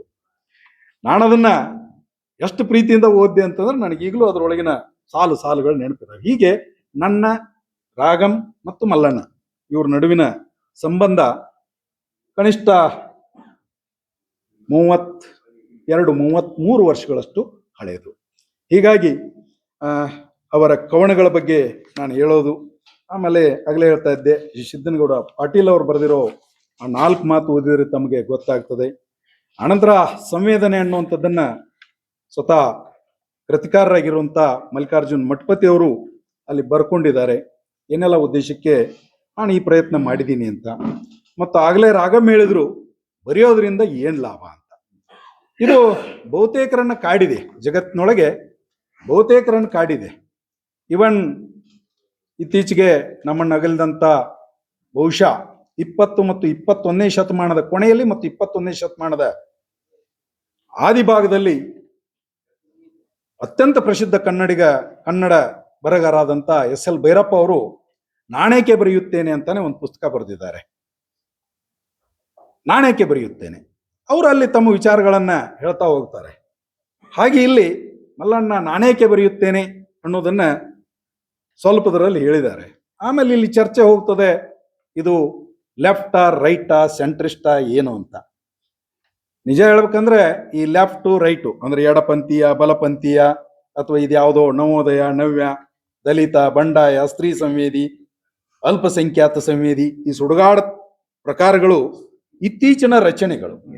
ನಿಜ ಹೇಳ್ಬೇಕಂದ್ರೆ ಸಾಹಿತ್ಯಕ್ಕೆ ಈ ಯಾವ ಗೋಡೆಗಳು ಇರಬಾರ್ದು, ಗೊಡವೆಗಳು ಇರಬಾರ್ದು. ಸಾಹಿತಿ ಯಾವಾಗಲೂ ಮುಕ್ತ ಜೀವಿ, ತಾನು ಮುಕ್ತ ಜೀವಿ ಆಗಿರ್ಬೇಕನ್ನುವಂತ ವಿಚಾರಣೆ ಈ ಕೃತಿಯ ಹೆಸರಿನಲ್ಲೂ ಕೂಡ ಇದೆ. ನಿರಂಕುಶ ಮತ್ತು ಇತರ ಕವಿತೆಗಳು, ಇಲ್ಲಿ ನಿರಂಕುಶ, ಅದನ್ನ ನಿರಂಕುಶ ಪ್ರಭು ಅಂತ ಕರೆಯೋದು ಇದೆ. ಆ ಅರ್ಥದಲ್ಲಿ ನೋಡಿದ್ರೆ ನಮ್ಮನ್ನು ತುಂಬಾ ಕೆಟ್ಟದಾಗಿ ಆಳುವಂತ ದೊರೆಯ ಅಡಿಯಲ್ಲಿ ನಾವು ಇದೀವಿ ಅಂತ. ಆದ್ರೆ ಇಲ್ಲಿ ನಿರಂಕುಶ, ಅಂಕುಶ ರೈತರಾಗಿರೋದು. ನಮ್ಮ ಮೇಲೆ ಯಾವ ನನ್ನ ಮಗನ ಅಂಕುಶನೂ ಇರಬಾರ್ದು. ನಾನೊಬ್ಬ ಮುಕ್ತ ಜೀವಿ, ಅದನ್ನು ಬಹಳ ಚಂದಾಗಿ ನಮ್ಮ ಸಂಗೀತಗಾರರು ತಮ್ಮ ಮುಂದೆ ಹಾರುತ್ತಿದೆ ಹಕ್ಕಿ ಬಾಣೆತ್ತರಕೆ, ಯಾಕಂದ್ರೆ ಅದಕ್ಕೆ ಅಂಕುಶ ಇಲ್ಲ, ಅದೊಂದು ಸ್ವತಂತ್ರ ಜೀವಿ, ಅದು ಹಾಗೆ ಹಾರ್ತಾ ಹೋಗ್ತದೆ. ಹಾಗೆ ನಾನು ಸ್ವತಂತ್ರ ಜೀವಿ. ಮಲ್ಲಣ್ಣ ಹಾಗೆ ಸಾಹಿತಿಯಾಗಿ ಯಾವುದೇ ಬಿಡೆಗಳಿಲ್ಲದೆ, ನಾನು ಲೆಫ್ಟು ಅಲ್ಲ ರೈಟು ಅಲ್ಲ ಸೆಂಟ್ರಿಸ್ಟು ಅಲ್ಲ, ನೀವು ಯಾವುದೂ ನನ್ನ ಕರೆಯಕ್ಕೆ ಹೋಗ್ಬೇಡ್ರಿ, ನನಗೆ ತಿಳಿದಂಗೆ ನಾ ಬರೆಯವ. ಸಾಹಿತ್ಯ ಅದವನು ಹಾಗೇ ಇರ್ಬೇಕು, ಹಾಗೆ ಬರಿಬೇಕು, ಅದುವೇ ಸಾಹಿತ್ಯ. ಅಂಥವ್ರನ್ನ ನಾವು ಉದ್ದಾಮ ಸಾಹಿತಿಗಳು ಅಂತ ಕರಿಬೇಕು. ಇರ್ಲಿಲ್ಲ ಅಂದ್ರೆ ಮೊದ್ಲೇ ತಲೆಯಾಗ ಹುಳ ಇಟ್ಕೊಂಡು ಬೇರೆ ಅವ್ರನ್ನ ನಾವು ಮುದ್ದಾಮ ಸಾಹಿತಿಗಳು ಅಂತ ಕರಿಬೇಕಾಗ್ತದೆ. ಹೌದಾ? ಮಲ್ಲಣ್ಣ ಬರೆದಿರೋದು ಏನ್ ಹೇಳಲಿ ಇದ್ರ ಬಗ್ಗೆ? ರಾಗಮ್ ಹೇಳಿದ್ರು ನನಗೇನು ಅರ್ಹತೆ ಇದೆ ಇದ್ರ ಬಗ್ಗೆ 4 ಮಾತಾಡೋದಕ್ಕೆ ಅಂತ ಅವರ ಪ್ರಾಸ್ತಾವಿಕ ನುಡಿಗಳಲ್ಲಿ ಹೇಳಿದ್ರು. ಯಾಕ ಐ.ಜಿ. ಚೌಗ್ಲಾ ಅವರಿಗೆ ಇದನ್ನ ಕೊಟ್ಟಿವಿ ಅಂತಂದ್ರೆ ಅವರು ಸಾಹಿತ್ಯವನ್ನ ಒಂದಿಷ್ಟು ಓದ್ಕೊಂಡಾರ, ಅದರ ಎಳೆಗಳನ್ನ ಅವರು ಬಲ್ರು ಅನ್ನುವಂತ ಒಂದೇನೋ ಅವರು ಹಾಗೆ ನನಗೆ ಗೌರವ ಕೊಟ್ಟಿದ್ದಾರೆ ಅಥವಾ ಅರ್ಹತೆ ಕೊಟ್ಟಿದ್ದಾರೆ. ಖಂಡಿತವಾಗಿಯೂ ಇದನ್ನ ಓದ್ತಾ ಹೋದಾಗೆ ನಾಣೇಕೆ ಬರೆಯುತ್ತೇನೆ ಅನ್ನುವಂಥ ಮೊದಲ ಪಾಯಿಂಟ್ಗೆ ನಾವು ಬರೋದಾದ್ರೆ, ನಾನು ತುಂಬಾ ದೊಡ್ಡ ದೊಡ್ಡ ಜನ ಮಾತಾಡೋದನ್ನು ಕೇಳಿದ್ದೀನಿ. ಧಾರವಾಡ ಅಂದ್ರೆ ಗೊತ್ತಿದೆ ನಿಮಗೆ, ಸಾಹಿತಿಗಳ ತವರೂರು. ಒಂದು ಕಾಲದೊಳಗಂತೂ ಕಲ್ಲು ಹೋಗಿದ್ರೆ ಅವ್ರ ಮನೆ ಮೇಲೆ ಬೀಳ್ತಿತ್ತು ಅಂತ. ಈಗೆಲ್ಲ ಕೋಚಿಂಗ್ ಸೆಂಟರ್ಗಳ ಮೇಲೆ ಬೀಳ್ತದೆ. ಹೌದಾ? ಸೊ ಸಾಹಿತಿಗಳು ಆಲ್ಮೋಸ್ಟ್ ತುಂಬಾ ನೋವಿನಿಂದ ಆ ವಿಚಾರಗಳನ್ನ ಬಹಳ ನಾನು ಸಂಬಂಧಪಟ್ಟವ್ರ ಜೊತೆ ಹಂಚ್ಕೊಳ್ತೀನಿ. ಇವನ್ ಭೈರಪ್ಪ ಸರ್ ಅವರು ಇಂಟರ್ವ್ಯೂ ಮಾಡಿದ್ದೆ ನಾನು ತುಂಬಾ ಒಂದು ದಶಕದ ಹಿಂದೆ. ಮೈಸೂರಿಗೆ ಅವ್ರ ಮನೆಗೆ ಹೋಗಿ ಒಂದು ಸಂದರ್ಶನ ಮಾಡಿದ್ದೆ ಪತ್ರಕರ್ತನಾಗಿ. ಆ ಸಮಯದೊಳಗೆ ಅವ್ರನ್ನೂ ಒಂದು ಪ್ರಶ್ನೆ ಕೇಳಿದ್ದೆ ನಾನು. ಅವರು ತುಂಬಾ ಆ ಬಗ್ಗೆ ಹೇಳೋದಕ್ಕಾಗೋದಿಲ್ಲ ಅವ್ರಿಗೆ. ಆದ್ರೆ ನಾನು ಅವ್ರನ್ನ ಕೇಳಿದ್ದು, ಇತ್ತೀಚಿನ ವರ್ಷಗಳಲ್ಲಿ ನಾವು ಯಾರ್ಯಾರಿಗೋ ಜ್ಞಾನಪೀಠಗಳನ್ನು ಕೊಡ್ತಾ ಬಂದ್ವಿ. ಮೊದಲೊಂದು ಅರ್ಧ ಡಜನ್ ಏನಿದ್ದಾರೆ, ದೇ ಜಸ್ಟ್ ಡಿಸರ್ವ್ ಇಟ್ ಅನ್ನುವಂಥದ್ದು, 2 ಮಾತಿಲ್ಲ. ಆನಂತರ ಯಾರ್ಯಾರು ಹುಡುಕಿ ಕೊಟ್ಟರು ಅನ್ನುವಂಥದ್ದು ನಾವು ಕೇಳ್ತೀವಿ. ನಿಜವಾಗಿಯೂ ಜ್ಞಾನಪೀಠ ಸಿಗಬೇಕಾಗಿತ್ತು ಭೈರಪ್ಪಾಜವ್ರಿಗೆ, ಆದ್ರೆ ದುರದೃಷ್ಟ ಸಿಗ್ಲಿಲ್ಲ. ಅದನ್ನ ಮರಣೋತ್ತರ ಕೊಡಕ್ ಬರೋದಿಲ್ಲ, ಇನ್ನಂತೂ ಕೊಡೋದಿಲ್ಲ, ಆ ಕತೆ ಬೇರೆ. ಆದ್ರೆ ನಾನು ಅವ್ರನ್ನ ಕೇಳಿದ ಪ್ರಶ್ನೆ ಏನು ಅಂತಂದ್ರೆ, ಏನು ಒಂದು ಕಾಲದೊಳಗೆ ಕನ್ನಡ ಸಾಹಿತ್ಯದೊಳಗ ಎಷ್ಟೊಂದು ಹುಲಸಾದ ಸಾಹಿತ್ಯ ರಚನೆ ಆಯ್ತು 20ನೇ ಶತಮಾನ ಪರ್ಟಿಕ್ಯುಲರ್ಲಿ. ಆದ್ರೆ ನಾನು ಇತ್ತೀಚೆಗೆ ನೋಡ್ತಾ ಇದ್ದೀನಿ, ಹೇಳಿಕೊಳ್ಳುವಂತ ಕೃತಿಕಾರರು, ಕವಿಗಳು, ಸಾಹಿತಿಗಳು ಬರ್ತಾ ಇಲ್ಲ ಅನ್ನುವಂತ ನೋವು ನನಗೆ ಅನಿಸ್ಯದ. ನನ್ನ ಗ್ರಹಿಕೆ ಸರಿನಾ ಅಂತ ನಾನು ಅವ್ರನ್ನ ಕೇಳಿದೆ. ಅವ್ರು ಹೇಳಿದ್ರು, ಇದು ಕೇವಲ ಇವತ್ತಿನ ಕತೆ ಅಂತಲ್ಲ, ಕನ್ನಡ ಸಾಹಿತ್ಯದ ಉದ್ದಕ್ಕೂ, ಅಫ್ಕೋರ್ಸ್ ನಾನು ಕನ್ನಡ ಸಾಹಿತ್ಯದ ಇತಿಹಾಸವನ್ನು ಕೂಡ ಓದ್ಕೊಂಡಿದ್ದೀನಿ, ಭಾಷಾಶಾಸ್ತ್ರವನ್ನು ಓದ್ಕೊಂಡಿದ್ದೀನಿ. ಹೀಗಾಗಿ ಅವೆಲ್ಲ ಒಂದಕ್ಕೊಂದು ಸಂಬಂಧಪಟ್ಟಂತ, ಆಮೇಲೆ ಕಾವ್ಯ ಮೀಮಾಂಸೆಯನ್ನು ಓದ್ಕೊಂಡಿದ್ದೀನಿ. ಇವೆಲ್ಲ ಒಂದಕ್ಕೊಂದು ತಳಕ್ ಹಾಕೊಂಡಿರುವಂತ ವಿಷಯಗಳು. ಸೊ ಅವ್ರು ಹೇಳಿದ್ರು, ಕನ್ನಡ ಸಾಹಿತ್ಯದ ಉದ್ದಕ್ಕೂ ಇಂಥದ್ದು ಆಗಾಗ ಸಾಹಿತ್ಯಿಕ ಬರ ಉಂಟಾಗ್ತದೆ, ಬರ್ತದೆ. ಹೇಗೆ ನಿಸರ್ಗದೊಳಗೆ ಬರ ಇರ್ತದೆ, ಬರ ಶಾಶ್ವತ ಅಲ್ಲ, ಮತ್ತೆ ಯಾವಾಗಲೂ ಮಳೆ ಶುರು ಆಗ್ತದೆ, ಮತ್ತೆ ಒಳ್ಳೊಳ್ಳೆ ಸಾಹಿತಿಗಳು ಬರ್ತಾರೆ ಅನ್ನುವಂತ ಒಂದು ವಿಚಾರವನ್ನ ಅವ್ರು ನನ್ನ ಜೊತೆ ಹಂಚ್ಕೊಂಡಿದ್ದು ನನಗೆ ಈಗ ನೆನಪಾಗ್ತಾ ಇದೆ. ಸೊ ಹೀಗೆ ನಾಣೇಕೆ ಬರೆಯುತ್ತೇನೆ ಅಂತ ಬಂದಾಗ, ಒಬ್ರು ಧಾರವಾಡದವರೇ, ಅವ್ರ ಹೆಸರು ಹೇಳಿದ್ರೆ ಇಲ್ಲಿ ತಪ್ಪಾಗ್ತದೆ, ನಾನು ವಾದ ಕೂಡ ಮಾಡ್ತಿದ್ದೆ ಅಂತ ದೊಡ್ಡ ಸಾಹಿತಿಗಳ ಜೊತೆ. ನಾನು ಅವ್ರನ್ನ ಕೇಳಿದೆ, ಸಾಹಿತ್ಯದ ಉದ್ದೇಶ ಏನು ಅಂತ ಕೇಳಿದಾಗ ಅವರು, ಸಾಹಿತ್ಯಕ್ಕೆ ಏನು ಉದ್ದೇಶ ಇರ್ಬೇಕಂತಿಲ್ಲ ಅಂತ ಹೇಳಿದ್ರು ಅವರು. ಆಮೇಲೆ ಸಾಹಿತಿಗೂ ಅವನ ಸಾಹಿತ್ಯಕ್ಕೂ ಏನಾದ್ರೂ ಸಂಬಂಧ ಇದೆನಾ ಅಂತ ಕೇಳಿದ್ರೆ ಅದಕ್ಕೂ ಹೇಳಿದ್ರು, ಏನ್ ಸಂಬಂಧ ಇರ್ಬೇಕಾಗಿಲ್ಲ. ಅಂದ್ರೆ ಪುಸ್ತಕದೊಳಗ ಕುಡಿಬ್ಯಾಡ್ರಿ ಅಂತ ಹೇಳಿ ತಾವು ದಿವಸ ಹೆಟ್ಟಿದ್ರು ಏನ್ ತಪ್ಪಿಲ್ಲ ಅಂತ. ಅಂದ್ರೆ ಸಾಹಿತಿ ಇವರು ಬೇರೆ ಬೇರೆ ಅನ್ನುವಂಥ ವಿಚಾರವನ್ನು ಹೇಳಿದ್ರು. ಆಮೇಲೆ ಸಾಹಿತ್ಯಕ್ಕೆ ಯಾವುದೇ ಉದ್ದೇಶ ಇಲ್ಲ ಅನ್ನುವಂಥದ್ದನ್ನು ಹೇಳಿದ್ರು. ಅವನು ಇದು ಬರ್ತದೆ, ಸಾಹಿತ್ಯ ಕಾವ್ಯ ಮೀಮಾಂಸೆಯಲ್ಲೂ ಬರ್ತದೆ, ಬಟ್ ಉದ್ದೇಶ ಇಲ್ಲದೆ ಬರೆಯೋದು ಬರವಣಿಗೆನೂ ಅಲ್ಲ ಮತ್ತು ಬರೆಯಲೂ ಬಾರದು ಅನ್ನೋದು ನನ್ನ ವೈಯಕ್ತಿಕ ನಿಲುವು. ಹಾಗಿದ್ರೆ ಸಾಹಿತ್ಯದ ಉದ್ದೇಶ ಏನು? ಅಫ್ಕೋರ್ಸ್ ಬರೆದವನು ತಾನು ಬರೆದದ್ದನ್ನು ಕಂಡು ಹೇಗೆ ನಾವು ನಮ್ಮ ಮಕ್ಕಳನ್ನು ಹಿಡಿತೀವಿ, ನಮ್ಮ ಮಕ್ಕಳನ್ನು ನೋಡಿ ನಾವು ಆನಂದ ಪಡ್ತೀವಿ, ಅದೇ ಅಂಥದ್ದೇ ಇರಲಿ, ಎತ್ತವ್ರಿಗೆ ಹೆಗ್ಗಣ ಮುದ್ದು ಅನ್ನೋ ರೀತಿ ಒಳಗೆ ನಾವು ನಮ್ಮ ಮಕ್ಕಳನ್ನು ನೋಡಿ ಆನಂದ ಪಡ್ತೀವಿ. ಆದ್ರೆ ಆ ಮಕ್ಕಳಿಂದ ಸಮಾಜಕ್ಕೆ ಏನಾಗ್ತದೆ ಅನ್ನುವಂತ ಒಂದು ಕ್ವಶನ್ ಮಾರ್ಕ್ ನಮ್ಮ ಮುಂದೆ ಬರಬೇಕು. ಹಾಗೆ ಸಾಹಿತ್ಯಕ್ಕೆ ಉದ್ದೇಶ ಇದೆ. ಅದನ್ನ ಇಲ್ಲಿದ್ದವರು ಶ್ರೇಷ್ಠ ವ್ಯಕ್ತಿನೇ ಅವರು, ಬಟ್ ಅವರು ಒಪ್ಕೊಳ್ಳಿಲ್ಲ, ಅದು ಹಾಳಾಗಿ ಹೋಗ್ಲಿ, ಅವ್ರು ಈಗ್ಲಿಲ್ಲೂ ಇಲ್ಲ, ಆ ಮಾತು ಬೇರೆ. ಸಾಹಿತ್ಯಕ್ಕೆ ಇರೋ ಉದ್ದೇಶ ಏನು ಅಂದ್ರೆ ದರ್ಶನ ಅಂತ ಹೇಳ್ತೀವಿ ನಾವು. ದರ್ಶನ ಅಂದ್ರೆ ಫಿಲಾಸಾಫಿಕಲ್ ಆಯ್ತು. ಅದನ್ನ ನಮ್ಮ ಸರಳ ಭಾಷೆ ಒಳಗೆ ಹೇಳೋದಾದ್ರೆ, it should give A message ಅಂತ, ಒಂದು ಸಂದೇಶವನ್ನ ಕೊಡಬೇಕು. ಅದನ್ನು ಓದಿದಾಗ ಏನೋ ಅನಿಸ್ಬೇಕು, ಏನೋ ಹೊಳಿಬೇಕು, ಏನೋ ತಿಳಿಬೇಕು, ಏನೋ ಒಂದು ಸಣ್ಣ ಬದಲಾವಣೆ ನಮ್ಮಲ್ಲಿ ಆಗಬೇಕು. ಅಂತಹ ಅದ್ಭುತವಾದಂತಹ ಮೆಸೇಜ್ ಈ ಕೃತಿ ಒಳಗದ. I am really so happy, I am so proud. ಕೆಲವು ಸಲ ನಾನು ಸಾವಿರಾರು ಪುಟಗಳ ಪುಸ್ತಕನೂ ಓದಿದ್ದೀನಿ. ಅಷ್ಟೆಲ್ಲ ಓದಿದ ಬಳಿಕ ಯಾಕೆ ಓದಿದ್ನಿ ಅಂತ ತಿಳಿಲಾರ್ದಂಗೆ ಕೆಳಗಿಟ್ಟೀನಿ.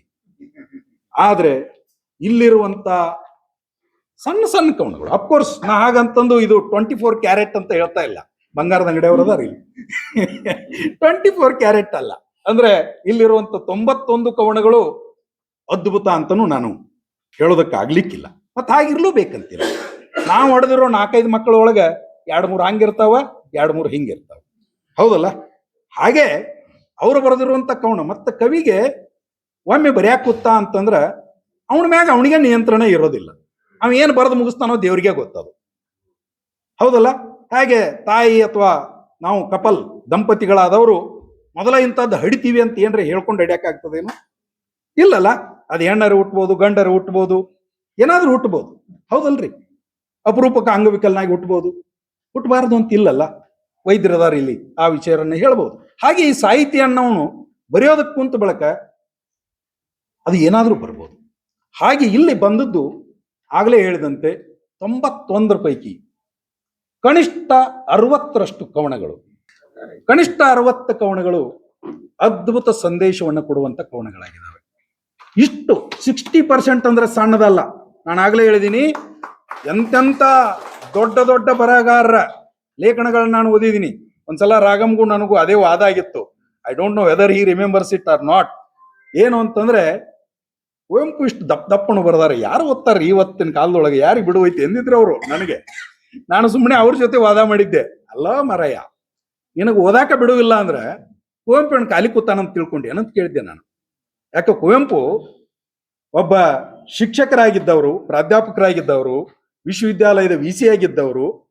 ಅವರು ಇಷ್ಟು ಬರದಾರಂದ್ರೆ ಓದೋ ತಾಳ್ಮೆ, ಓದೋ ಮನಸ್ಸು ನಮಗೂ ಇರಬೇಕು ಅನ್ನುವಂಥದ್ದು. ಎನಿವೆ, ಕೀಪಿಂಗ್ ಇಟ್ ಅಸೈಡ್, ನಾ ಹೇಳೋದೇನು ಅಂದ್ರೆ, ಅಂತ ದೊಡ್ಡ ಕೃತಿಗಳಲ್ಲೇ ಆಗಾಗ ನೀರಸ ಪುಟಗಳು, ನೀರಸ ಭಾಗಗಳು ಅಂತ ಬರ್ತವೆ. ನೀವು ಯಾವುದೇ ತೋಳಿ, ಯಾವುದೇ ಕೃತಿ ತೋಳಿ, ನೀರಸ ಭಾಗಗಳು ಅಂತ ಬರ್ತವೆ. ಯಾವುದೋ ಒಂದು ಸಿನಿಮಾಕ್ಕೆ ಹೋದ್ರೆ ಇಡೀ ಫುಲ್ ಸಿನಿಮಾ ನಿಮಗೆ ಏನೋ ಆಕ್ಷನ್ ಪ್ಯಾಕ್ಡ್ ಇರೋದಿಲ್ಲ, ಅಲ್ಲಲ್ಲಿ ಬೇಸರ ಆಗ್ತದೆ, ಆಕಳಿಗೆ ಬರ್ತದೆ. ಹಂಗೆ ಅದು ಇರೋದೇನೆ. ಯಾವುದೇ ಒಂದು ಸೃಜನಾತ್ಮಕ ಅಂತ ಏನ್ ಬರ್ತದೆ, ಕ್ರಿಯೇಟಿವ್ ವರ್ಕ್ ಅಂತ ಏನ್ ಬರ್ತದೆ, ಅಲ್ಲಲ್ಲಿ ಎಂತ ಅದ್ಭುತ ಆಭರಣ ಮಾಡಿದಾರಂತಂದ್ರು ಮಾಡಿದ ಬಳಕ ಅನಿಸ್ತದ ಆಕ್ಚುಲಿ ಇನ್ನೊಂದೀಟ್ ಸುಧಾರಿಸ್ಬೇಕಾಗಿತ್ತು ಅಂತ, ಹೌದಲ್ರಿ? ಹಂಗ ಪ್ರತಿಯೊಂದ್ರೊಳಗೂ ಇದು ಇರ್ತದ. It deserves A PhD. ಯಾರಾದ್ರೂ ಇವತ್ತು ಬರೆದಿದ್ದಾರೆ ಸಾಹಿತಿಗಳ ಮೇಲೆ, ಸಾಹಿತ್ಯಿಕ ವಿಶ್ಲೇಷಣೆ, ಸಂಶೋಧನೆ, ಟೀಕೆ, ಏನು ವಿಮರ್ಶೆ ಇತ್ಯಾದಿ ಬರೆದಿದ್ದಾರೆ.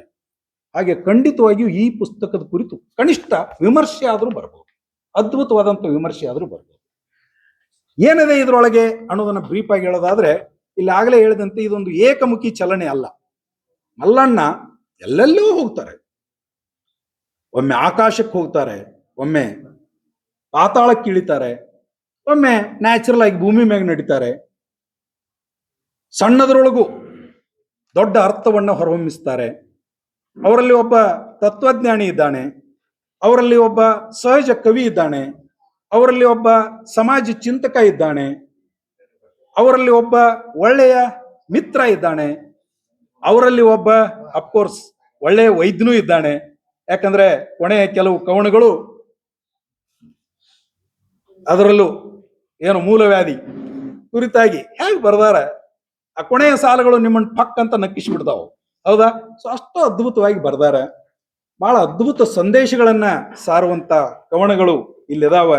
ಅದನ್ನ ನಾನು 1, 2, 3 ಅಂದ್ರೆ ಸಾಕಾಗ್ಲಿಕ್ಕಿಲ್ಲ. ತುಂಬಾ ಕವನಗಳದಾವ.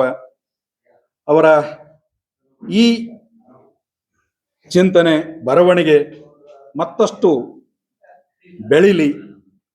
ನಮಗ ಅದು ಖಂಡಿತವಾಗಿ ಒಂದು ಗೌರವ, ಒಂದು ಸಂತೋಷವನ್ನು ನೀಡ್ತದೆ. ಒಬ್ಬ ಸ್ನೇಹಜೀವಿ, ಅವರಲ್ಲಿ ಸಂಗೀತ ಇದೆ, ಈ ಸಾಹಿತ್ಯ ಇದೆ, ಸಾಮಾಜಿಕ ಕಳಕಳಿ ಇದೆ. ಇದೆಲ್ಲವೂ ಬಹಳ ನನಗೆ ಬಹಳಷ್ಟು ಅವರ ವ್ಯಕ್ತಿತ್ವವನ್ನು ತಿಳಿದುಕೊಳ್ಳೋದಕ್ಕೆ ನನಗೆ ಕಷ್ಟ ಆಗಿದೆ. ನಡುವೊಮ್ಮೆ ಹಾಲಿ ಡೈರಿನೂ ಮಾಡಿದ್ರು, ಅದನ್ನು ಅನುಭವ, ಅದೊಂದು ಅನುಭವ. ಬದುಕಿಗೆ ಯಾವ ಅನುಭವವು ಕೆಟ್ಟದ್ದಲ್ಲ ಅಂತ. ಅಫ್ಕೋರ್ಸ್ ಕೆಲವು ಸಲ ಅದರಿಂದ ಕೈ ಸುಟ್ಕೋಬಹುದು ನಾವು, ಬಟ್ ಅದು ಒಂದು ಅನುಭವ, ಹೌದಲ್ಲ? ಹಾಗೆ ಮಲ್ಲಿಕಾರ್ಜುನ್ ಮಠಪತಿ ಅವರು ಬಹಳ ಚಂದ ಬರ್ದಾರ, ಬಹಳ ಚಂದ ಬರ್ದಾರ, ಬಹಳ ಚಂದ ಬರ್ದಾರ ಅಂತ ಹೇಳ್ತಾ ನನ್ನ 2 ಮಾತನ್ನು ಮುಗಿಸ್ತಾ ಇದ್ದೀನಿ.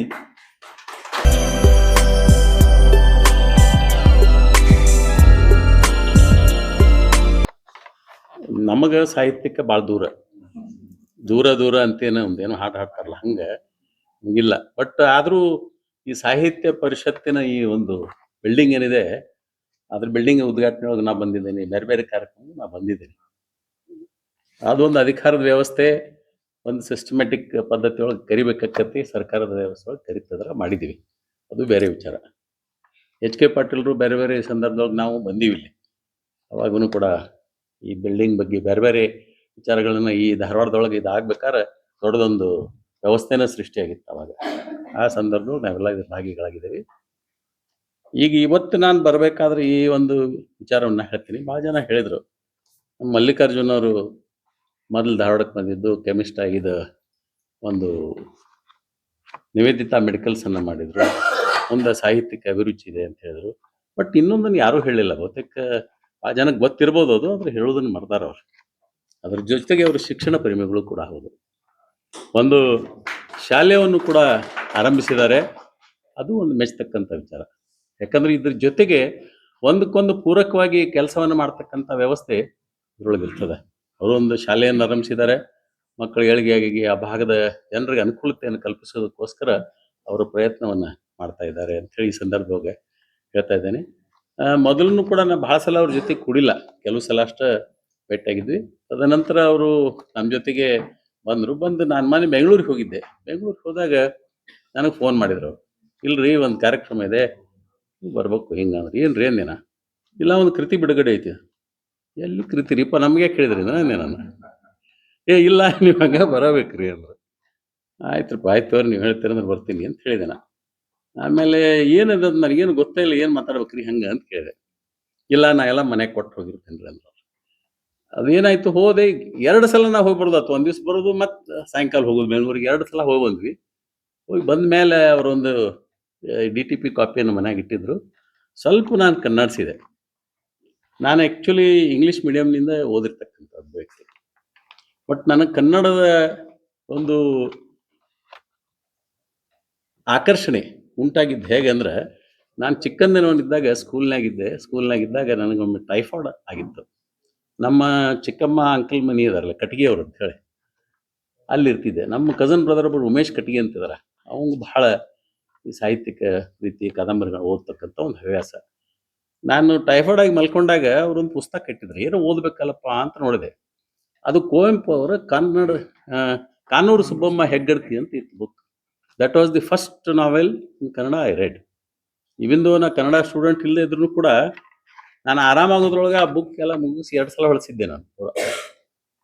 ಅಂದ್ರೆ ಅದರೊಳಗಿನ ಅಭಿರುಚಿ ಹಿಂಗಿತ್ತಲ್ಲ, ಇದು ಪೇಜ್ ಓದಿದ ಮೇಲೆ ಮರುದಿವ್ಸ ಇದನ್ನ ಓದೋನು ಅಂತ ಹೇಳಿ ಮತ್ತೆ ರಾತ್ರಿ ಮಲಗಬೇಕು, ಅದನ್ನು ಮಡಚಿಟ್ಟು ಮತ್ತು ರಾತ್ರಿ ಇನ್ನೊಂದು 2 ಪೇಜ್ ಓದೋನ್ ತಡಿಪ ಅಂತ ಓದಿದ್ದು ಮುಗಿಸಿದ್ದೆ ನಾನು. ಸುಮಾರು 700-800 ಪುಟಗಳ ಒಂದು ಪುಸ್ತಕ.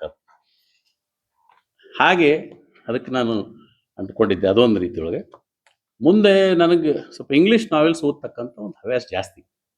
Right from James Hadley Chase, Frederick Forsyth, Harold Robbins, ಎಲ್ಲರಿಗೂ ಸುಮಾರು ಒಂದು 100 ಪುಸ್ತಕಗಳನ್ನ ನಾನು ಓದಿದ್ದೀನಿ. Other side of the mid ನೈಟಿಂದ ಹಿಡ್ಕೊಂಡು ಒಡಿಸಿ ಫೈಲ್, ಪ್ಯಾಪಿಯಾನ್, ಇಂಥವೆಲ್ಲ ನಿಜ ಸ್ವರೂಪದೊಳಗೆ ಪಿಕ್ಚರ್ಗಳನ್ನು ಆಗಿರ್ತಕ್ಕಂಥ ಬುಕ್ಗಳನ್ನು ಓದಿದ್ದೇನೆ. ಅದು ಸಾಹಿತ್ಯ ಅಂದ್ರೆ ಏನು ಅನ್ನಿಸ್ತದಪ್ಪ ಅಂದ್ರೆ, ಮನುಷ್ಯನಿಗೆ ಅದನ್ನು ಓದ್ತಾ ಹೋದಾಗ ನಮ್ಮ ಕಣ್ಣು ಮುಂದೆ ಅದು ಬಂದು ನಿಲ್ತದೆ. ಅವ್ರು ಬರೆದಿರ್ತಕ್ಕಂಥದ್ದು ಇಷ್ಟ ಆಕರ್ಷಣೆ ಇರ್ತೈತಿ. ಆ ಪಿಕ್ಚರಿಸ್ಗೆ ಏನು ಕೊಡ್ತಾರ, ಏನು ಹಿನ್ನೆಲೆ ಐತಿ, ಹೇಗಿದೆ ಅಂತಂದ್ರೆ ನಮ್ಮ ಕಣ್ಣು ಮುಂದೆ ಕಾಣಕತ್ತನ ಅದು ಪಿಕ್ಚರ್ ಅನ್ನೋಂಗಿರ್ತದೆ. Even only by reading that ಅಷ್ಟು ಚೆಂದಾಗೆ ಅದರೊಳಗೆ ಆಗಿದ್ದನ್ನು ನಾನು ಓದಿದ್ದೇನೆ ಭಾಳ ಕಡೆಗೆ. ಸೊ ಈ ಸಂದರ್ಭದೊಳಗೆ ಮಲ್ಲಿಕಾರ್ಜುನ್ ಅವರು ಬರೆದಿರ್ತಕ್ಕಂಥ ಈ ಕವನದೊಳಗೆ ಆಗಲಿ ನಮ್ಮ ಹಾಡುಗಾರರು ಏನು ಹಾಡಿದಾರೆ, ಬೇರೆ ಬೇರೆ ವಿಚಾರದೊಳಗೆ ಬೇರೆ ಬೇರೆದವ್ರು ವಿಚಾರವನ್ನು ಮಾಡ್ತಾರೆ ವಿಷಯಗಳು. ಬಾನೆತ್ತರಕ್ಕೆ ಹಾರುತ್ತಿರುವುದು ಹಕ್ಕಿ ಅಂತಂದ್ರೆ ಹಕ್ಕಿ ಬಗ್ಗೆನೂ ಮಾತಾಡ್ಬೋದು. ಮನುಷ್ಯನ ಮನಸ್ಸು ಕೂಡ ಬಾನೆತ್ತರಕ್ಕೆ ಹಾರ್ತಿರ್ತೈತಿ. ಅದು ಹೆಂಗೆ ಹಾರ್ತೈತಿ, ಏನೇನೋ ಮಾಡ್ಬೇಕಂತಿರ್ತೇನೋ, ಎಲ್ಲೆಲ್ಲೋ ಇರ್ತೈತಿ, ಜಿಗದಾಡ್ತೇನೋ. ಆದ್ರೆ ಅದು ಎಲ್ಲಿ ಅದಕ್ಕೆ ಕಟ್ಟಳೆಗಳು, ವ್ಯವಸ್ಥೆಗಳು ಏನಿರ್ತಾವೆ ಅನ್ನೋದು ಇದ್ರಾಗೆಲ್ಲ ಕೊಟ್ಟಿದ್ದಾರೆ. ಸೊ ಏನು ಆಗಬಾರ್ದಂತಲ್ಲ, ಕೊನೆಗೇನು ಹೇಳಿದ್ದಾರೆ, ಖರ್ಜೂರ ಎಲ್ಲಿ ಬೆಳಿತೈತಿ ಅಂತ ಹೇಳಿದ್ದಾರೆ. ಸೊ ಎಲ್ಲೂ ಇಲ್ದಲ್ಲಿ ಕೂಡ ಅದು ಬೆಳಿಲಿಕ್ಕೆ ಸಾಧ್ಯತೆ. ಸೊ ನೀವು ಮನಸ್ಸನ್ನ ಹಾರಿದ್ರೆ ತಪ್ಪಲ್ಲ, ಅದನ್ನ ಹಾರುವಾಗ ಅದಕ್ಕೆ ಅವಕಾಶಗಳು ಸಿಗ್ಬೋದು ಅಂತ. Oasis is in heart of the desert ಅಂತ ಹೇಳ್ತಾರೆ. ಒಂದು ಸಣ್ಣ ಡೆಸರ್ಟ್ನೊಳಗೆ ಓಎಸ್ಎಸ್ ಏನಿರ್ತದೆ, ಒಂದು ಸಣ್ಣ ಹೋಪ್, ಒಂದು ಸಣ್ಣ ಗಿಡ ಇರ್ತದೆ, ಅದು ಬೆಳೀತದಲ್ಲಿ, ಬೆಳಿಬಾರ್ದು ಅಂತಿಲ್ಲ. ಹಾಗೆ ಈ ಸಾಹಿತ್ಯ ಅಂತಕ್ಕಂಥದ್ದು ಪ್ರತಿಯೊಂದು ಸಂದರ್ಭದಲ್ಲೂ ಕೂಡ ಭಾಳ ವಿಚಾರಗಳನ್ನು ಬಿಂಬಿಸ್ಲಿಕ್ಕೆ ಸಾಧ್ಯತೆ. ಇವ್ರು ಹೇಳ್ದಂಗೆ ನಾಲ್ಕು ಸಾಲಿನ ವಿಷಯಗಳು ಭಾಳ ಇದ್ರಾಗ. ಇದನ್ನ ಓದಲಿಕ್ಕೆ ನಾನು ಸ್ವಲ್ಪ ಓದಿದ್ದೀನಿ, ನನಗೆ ಅಷ್ಟು ಇದು ಇಲ್ಲ ಕನ್ನಡದ, ಆದ್ರೂ ಕೂಡ ಸ್ವಲ್ಪ ಮಟ್ಟಿಗೆ ತಿಳಿದಾಗ ಈಗ ನನಗೆ ಈ ಹಾಡಿನ ಮರ್ಮ, ಈಗ ಅವ್ರು ಬರೆದಿರ್ತಕ್ಕಂಥ ಮರ್ಮ ನಮ್ಮ ಹಾಡುಗಾರರು ಹಾಡಿದ್ರಿಂದ ಬಹಳ ಸ್ಪಷ್ಟ ಆಯ್ತು, ಅದಕ್ಕೆ ಬಹಳ ಅದರ ತಿಳುವಳಿಕೆನೂ ಮೂಡ್ತು. ಯಾಕಂದ್ರೆ ಅವ್ರು ಹಾಡುವ ರೀತಿ, ಅವರು ಅದನ್ನು ತರ್ತಕ್ಕಂಥ ವ್ಯವಸ್ಥೆ ಅದಕ್ಕೆ ಅನುಗುಣವಾಗಿ ನಡೆದದ. ಈ ರೀತಿಯೊಳಗೆ ಮಲ್ಲಿಕಾರ್ಜುನ್ ಮಠಪತಿಯವರು, ಅವರ ಪಾಲಕರು ಇದ್ದಾರೆ, ಅವ್ರ ಸಹೋದರರಿದ್ದಾರೆ, ಅವರು ನಡೆದು ಬಂದಿರತಕ್ಕಂಥ ಜೀವನವನ್ನು ಹೇಳಿದ್ದಾರೆ. ಮುಂದಿನ ದಿನಮಾನಗಳಲ್ಲಿ ಅವರ ಈ ಸಾಹಿತ್ಯಿಕ ಅಭಿರುಚಿ ಇನ್ನೂ ಹೆಚ್ಚು ಬೆಳೀಲಿ, ಅವ್ರ ಜೊತೆಗೆ ನಾವೆಲ್ಲ ಇದ್ದೇವೆ ಅಂತ ಹೇಳಿ ಸಂದರ್ಭದ ಕೇಳಿ ನಮ್ಮನ್ನು ಕರೆದು ಈ ಕಾರ್ಯಕ್ರಮದೊಳಗೆ ಭಾಗವಹಿಸಲಿಕ್ಕೆ ಅವಕಾಶ ಮಾಡಿಕೊಟ್ಟಿರ್ತಕ್ಕಂಥ ಅವರಿಗೂ ತಮ್ಮೆಲ್ಲರಿಗೂ ವಂದಿಸಿ ನಾನು ಮಾತು ಮುಗಿಸ್ತೇನೆ. ಬಹಳ ಸಿದ್ದೇಶ್ವರ ಸ್ವಾಮಿಗಳ ಬಗ್ಗೆ ಮಾತಾಡಿದ್ರು. ಒಂದ್ 2-3 ವೆರಿ ಇಂಪಾರ್ಟೆಂಟ್ ಪಾಯಿಂಟ್ಸ್ ಹೇಳಿದ್ರು. ಎಲ್ಲಾರ್ದು ಒಂದು ರೋಲ್ ಇರ್ತದೆ ಅನ್ನಕ್ಕ. ಅದು ಒಂದ್ಸತಿ ನನಗೂ ಒಂದು ಅನೆಕ್ಡೋಟ್ ನೆನಪಾತು. ಕೆನಡಿ ನಾಸಾಕ್ ಹೋದಾಗ ಹಂಗ ಮಾತಾಡ್ಬೇಕಾದ್ರೆ ಅಲ್ಲಿ ಬಾಜುಕ್ ನಾಸಾಗ ಅವಾಗ ಇದು ಫಸ್ಟ್ ಇದನ್ನ ಹಾಕಕತ್ತಿದೆ, ಅಪೋಲೋ 11 ಹಾಕಕತ್ತಿದೆ, ಒಂದು ಫಸ್ಟ್ ಮ್ಯಾನ್ ಒಂದು ಮೂನ್ ಹಾಕಕತ್ತಿದ್ರೆ. ಆ ಟೈಮಿಗೆ ಹೋದಾಗ ಅಲ್ಲಿ ಬಾಜುಕ್ ಕಸ ಹುಡ್ಕೊಂಡ್ ಹೋಗಿ ಕೇಳಿದಂತ ಕೆನಡಿ, ಏನ್ಪಾ ನಿನ್ನ ಹೆಸರು ಏನಂತ ಕೇಳಿದಂತ. ಅವನು ಏನೋ ಜಾನ್ ಅಂತ ಹೇಳಿದ. ಏನ್ ಮಾಡಕತ್ತೀನಿ ಅನ್ಕೊಳ್ಳೆ, ಕಸ ಹೊಡ್ಯಾಕತ್ತೆ ನಲ್ಲಿಲ್ಲವ, I am trying to put a man on the moon ಅಂತ ಹೇಳಿದ್ನ. ಅಂದ್ರೆ ಆ ಅಭಿಮಾನ ಬರೋ ಹಂಗ I think these are the feelings which literature brings in somebody ಅಂತ ನನಗೆ ಅನಿಸ್ತದೆ. ಆಮೇಲೆ ಇನ್ನೊಂದು ಕ್ವಶನ್ ಕೇಳಿದ್ರೆ ಬಹಳ ಚಂದ, ಲಿಟ್ರೇಚರ್ ಅನ್ನೋದು ಏನು ಉಪಯೋಗ ಆಗ್ತದೆ ಅಂತ ಕೇಳಿದ್ರು. ಇದಕ್ಕೊಂದು ಮತ್ತೊಂದು ಸಣ್ಣ ಎನೆಕ್ಟೋಟ್. ಒಂದು ದೊಡ್ಡ ಹ್ಯಾಡ್ರಾನ್ ಕೊಲೈಡರ್ ಅಂತ ಒಂದು ಅಮೆರಿಕಾದಾಗ ಒಂದು ಎಕ್ಸ್ಪೆರಿಮೆಂಟ್ ಮಾಡೋದಿತ್ತು. ಈಗ ನೀವು ದೇವಕಣ ಅಂತೇಳಿ ಕಂಡು ಹಿಡಿದಿಲ್ಲ, ಅಂತದೊಂದು ಅಮೆರಿಕಾದಾಗ ಮಾಡ್ಬೇಕಂತೇಳಿ ಫರ್ಮಿ ಲ್ಯಾಬ್ಗೆ ಕೇಳಿದ್ರು. ಅವಾಗ ಜಾನ್ ಟೇಲರ್ ಅನ್ನೋರು ಅಮೆರಿಕಕ್ಕೆ ಹೋಗಿ US ಕಾಂಗ್ರೆಸ್ ಅಂದ್ರೆ US ಪಾರ್ಲಿಮೆಂಟ್ಗೆ ಹೋಗಿ ಕೇಳಿದ್ರಂತ, ನನಗೆ ಇದಕ್ಕಾಗಿ $8 ಬಿಲಿಯನ್ ಬೇಕಾಗ್ತದೆ ಅಂತ ಹೇಳಿ. ಅದಕ್ಕೆ ಇಷ್ಟು ರೊಕ್ಕ ಬೇಕಾಗ್ತದೆ ಅಂದ್ಮೇಲೆ ಅದು how it help the defence of our nation ಅಂತ ಕೇಳಿ. Okay, defence of our nation. ಅದಕ್ಕೆ ಬಾರಿ ಚಂದ ಉತ್ತರ ಕೊಟ್ಟಂತ, this project has nothing to do with the defence of our nation, it is to make our nation worth defending for ಅಂತ ಹೇಳಿ. Okay, ಅದು ಬಹಳ ಇಂಪಾರ್ಟೆಂಟ್. ಅಂದ್ರೆ ಅದ್ರೊಳಗ ಸಾಹಿತ್ಯ, ಸಂಗೀತ ಇವೆಲ್ಲ ಇಲ್ಲ ಅಂತಂದ್ರೆ ಯಾತಕ್ಕೆ ಡಿಫೆನ್ಸ್ ಮಾಡ್ತೀವಿ ನಾವು, ದೇಶಕ್ಕೆ ಮಾಡ್ತೀವಿ. ಸೊ ಫಸ್ಟ್ ಬೆಳವಣಿಗೆ ನಮ್ದು ಏನು ದೇಶ ಮಾಡಿದ್ರೆ ಅದು ಫಸ್ಟ್ ಯುವಕ ಆಗುತ್ತೆ, ಆಮೇಲೆ ಡಿಫೆನ್ಸ್ ಇಸ್ ವೆರಿ ಇಂಪಾರ್ಟೆಂಟ್ ಅಂತ ಹೇಳಿ. ಈಗ ಬಿಚಿ ಸರ್ದು ಕತಿ ಹೇಳಿದ್ರು. Okay, it was very interesting. ಅದಕ್ಕೆ ನನಗೆ ಮೋಟಿವೇಟ್ ಆಯ್ತು. ಏನಂತಂದ್ರೆ ಈಗ AI ಅನ್ನೋದು ಬಂದು ನಿಮಗೆಲ್ಲ ಗೊತ್ತಿದೆ. ನಾನು ವಿಜ್ಞಾನದ ಸೈಡ್ ಇಂದ ಬಂದಿದ್ರಿಂದ AI ಬಗ್ಗೆ ನಾನು ಎಲ್ಲಾ ಕಡೆ ಮಾತಾಡ್ತಿರ್ತೀನಿ. AI ಅನ್ನೋದೊಂದು ಅದ್ಭುತವಾಗಿ ಬಂದದ. ಅದ್ರ ನನಗೆ ಅನ್ಸೋ 10-15 ವರ್ಷದಾಗ ಡ್ರೈವರ್ಸ್ ಇರುವುದಿಲ್ಲ, ಡಾಕ್ಟರ್ಸ್ ಇರುವುದಿಲ್ಲ, ಇಂಜಿನಿಯರ್ಸ್ ಇರುವುದಿಲ್ಲ, ಓಕೆ, ಯಾರು ಇರುವುದಿಲ್ಲ.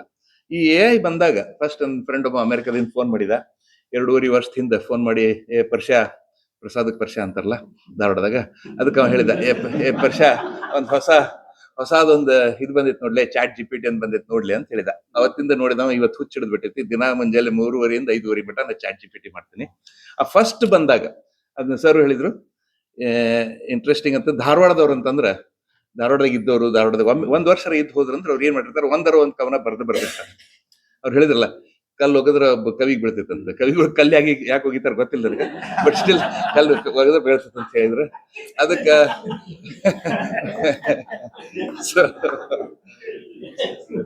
ಅದಕ್ಕೆ ನಾನು ಫಸ್ಟ್ ಅದು ಚಾಟ್ GPT ಅದನ್ನ ಒಂದು ಪ್ರಶ್ನೆ ಕೇಳಿದೆ, ಫಸ್ಟ್ ಕ್ವೆಶ್ಚನ್. ಯಾಕಂದ್ರೆ ಧಾರವಾಡ ಹಂಗಾರಿ ಸರ್, ಕರ್ನಾಟಕ ಕಾಲೇಜ್ನಾಗ ಇದ್ದವ್ರು ಅಂತಂದು ಒಂದ್ ಹುಡುಗಿ ನೋಡಿದ್ರು ಒಂದ್ ಕವನ, ಇನ್ನೊಬ್ಬಕಿ ನೋಡಿದ್ರು ಇನ್ನೊಂದ್ ಕವನ, ಅದ್ ಮುಂದೆ ಯಾರಿಗೂ ತೋರಿಸ್ತಿದ್ದಿಲ್ಲ, ಹರಿದಾಕ್ತಿದ್ವಿ ಅದೆಲ್ಲ ಇವೆಲ್ಲ ಮಾಡಿದವ್ರು ನಾವು. ಅದೆಲ್ಲ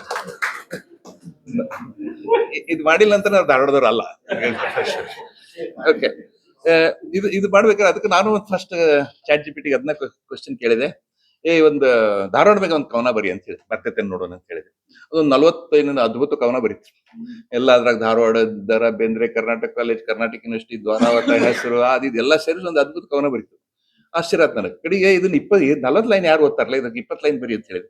ಮತ್ತೊಂದು 30 ಸೆಕೆಂಡ್ನಾಗ 20 ಲೈನ್ ಬರೀತು.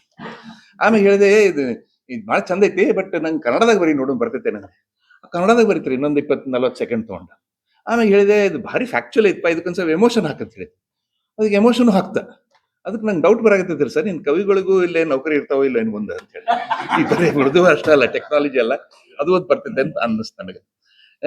ಅದ್ರ ಒಂದೇ ಏನಂದ್ರೆ ಈಗ ಸದ್ಯಕ್ಕೆ ಬರೀ AI ಏನಾಗ್ತೀವಿ, ಈಗ ನೆಕ್ಸ್ಟ್ ಬರೋದು ಜೆನ್ AI ಅಂತ ಬರಾಕತ್ತೈತಿ, ಅದ್ ಮುಂದೆ ಬರೋದು ಸೂಪರ್ AI ಅಂತ ಬರ್ತೈತಿ.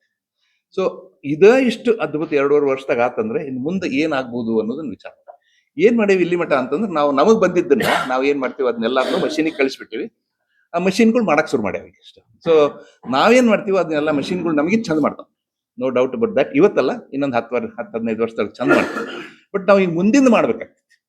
ಐ ಥಿಂಕ್ ಎಲ್ಲಿ ತಪ್ಪತೈತೆ ಅಂದ್ರೆ ಮಷೀನ್ ಪ್ರಾಬಬ್ಲಿ, ಬಟ್ ಗೊತ್ತಿಲ್ಲ. Gen AI is supposed to be very different and then super AI is going to be even more different.